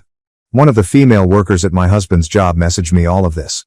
As a lot of you predicted, she is gearing up to accuse my husband of sexual harassment. Monday alone she has put herself in the path of my husband multiple times. It kind of feels like she's setting up to do something, and he said she had an argument because she's doing a lot of odd things, at least according to my husband. Think stuff like intentionally following my husband into a room or a section of the office that is somewhat closed off, accidentally emailing him or forwarding him things, going to his cubicle multiple times a day for no reason, sitting close to him in meetings. It seems harmless, but really it feels like she's gearing up for something. My husband did go to HR first thing Monday morning, and like I kind of thought, they pretty much said they can't do anything unless it affects work or working hours. His HR is not the greatest. He did let them know what she was doing today, but honestly, I don't think they took him seriously. We've been thinking about moving. The only thing that keeps us here is really his mom, so he might just transfer jobs? We're not really sure. I hope things don't escalate anymore, and since he went to HR already, I'm hoping that nothing big happens. I'd like to give a little update about our counseling. To all the people who tell me that I'm making a mistake by giving my husband another chance and trying to work it out. I am so happy I don't listen to you. I understand it was a shitty situation. I lived through it. I know it is. I know how it felt. But counseling has revealed a lot about my husband that I didn't even know. Apparently he was bullied severely in high school, and he kind of went through a little glow up when he went into college. Sarah is definitely one of those stereotypical blonde pretty girls, and my husband admits that it did kind of feel like he finally got his chance to be popular in a social setting. My husband admitted that Sarah basically mirrored everything about him. He likes his dislikes. She talked to him like he walked on water. It definitely sounded like she was boosting his ego in a manipulative fashion. Like I said, I understand this isn't just a forgive and move on kind of situation, but hearing my husband talk about how it felt the way it affected him, it made me have a lot more sympathy for him. I still haven't come back home, but we're doing it one day at a time. I went and had lunch with him on Monday, and I'm going again today. I'm trying to be there for him so he doesn't feel alone. I'm really ready for all this to die down. I'm hoping it doesn't get taken farther at work, but if it does, we'll deal with it. OP, your husband should be documenting everything, in writing, as it occurs. And then, provide it to management. In addition, a consultation and possible engagement of a seasoned labor law employment attorney.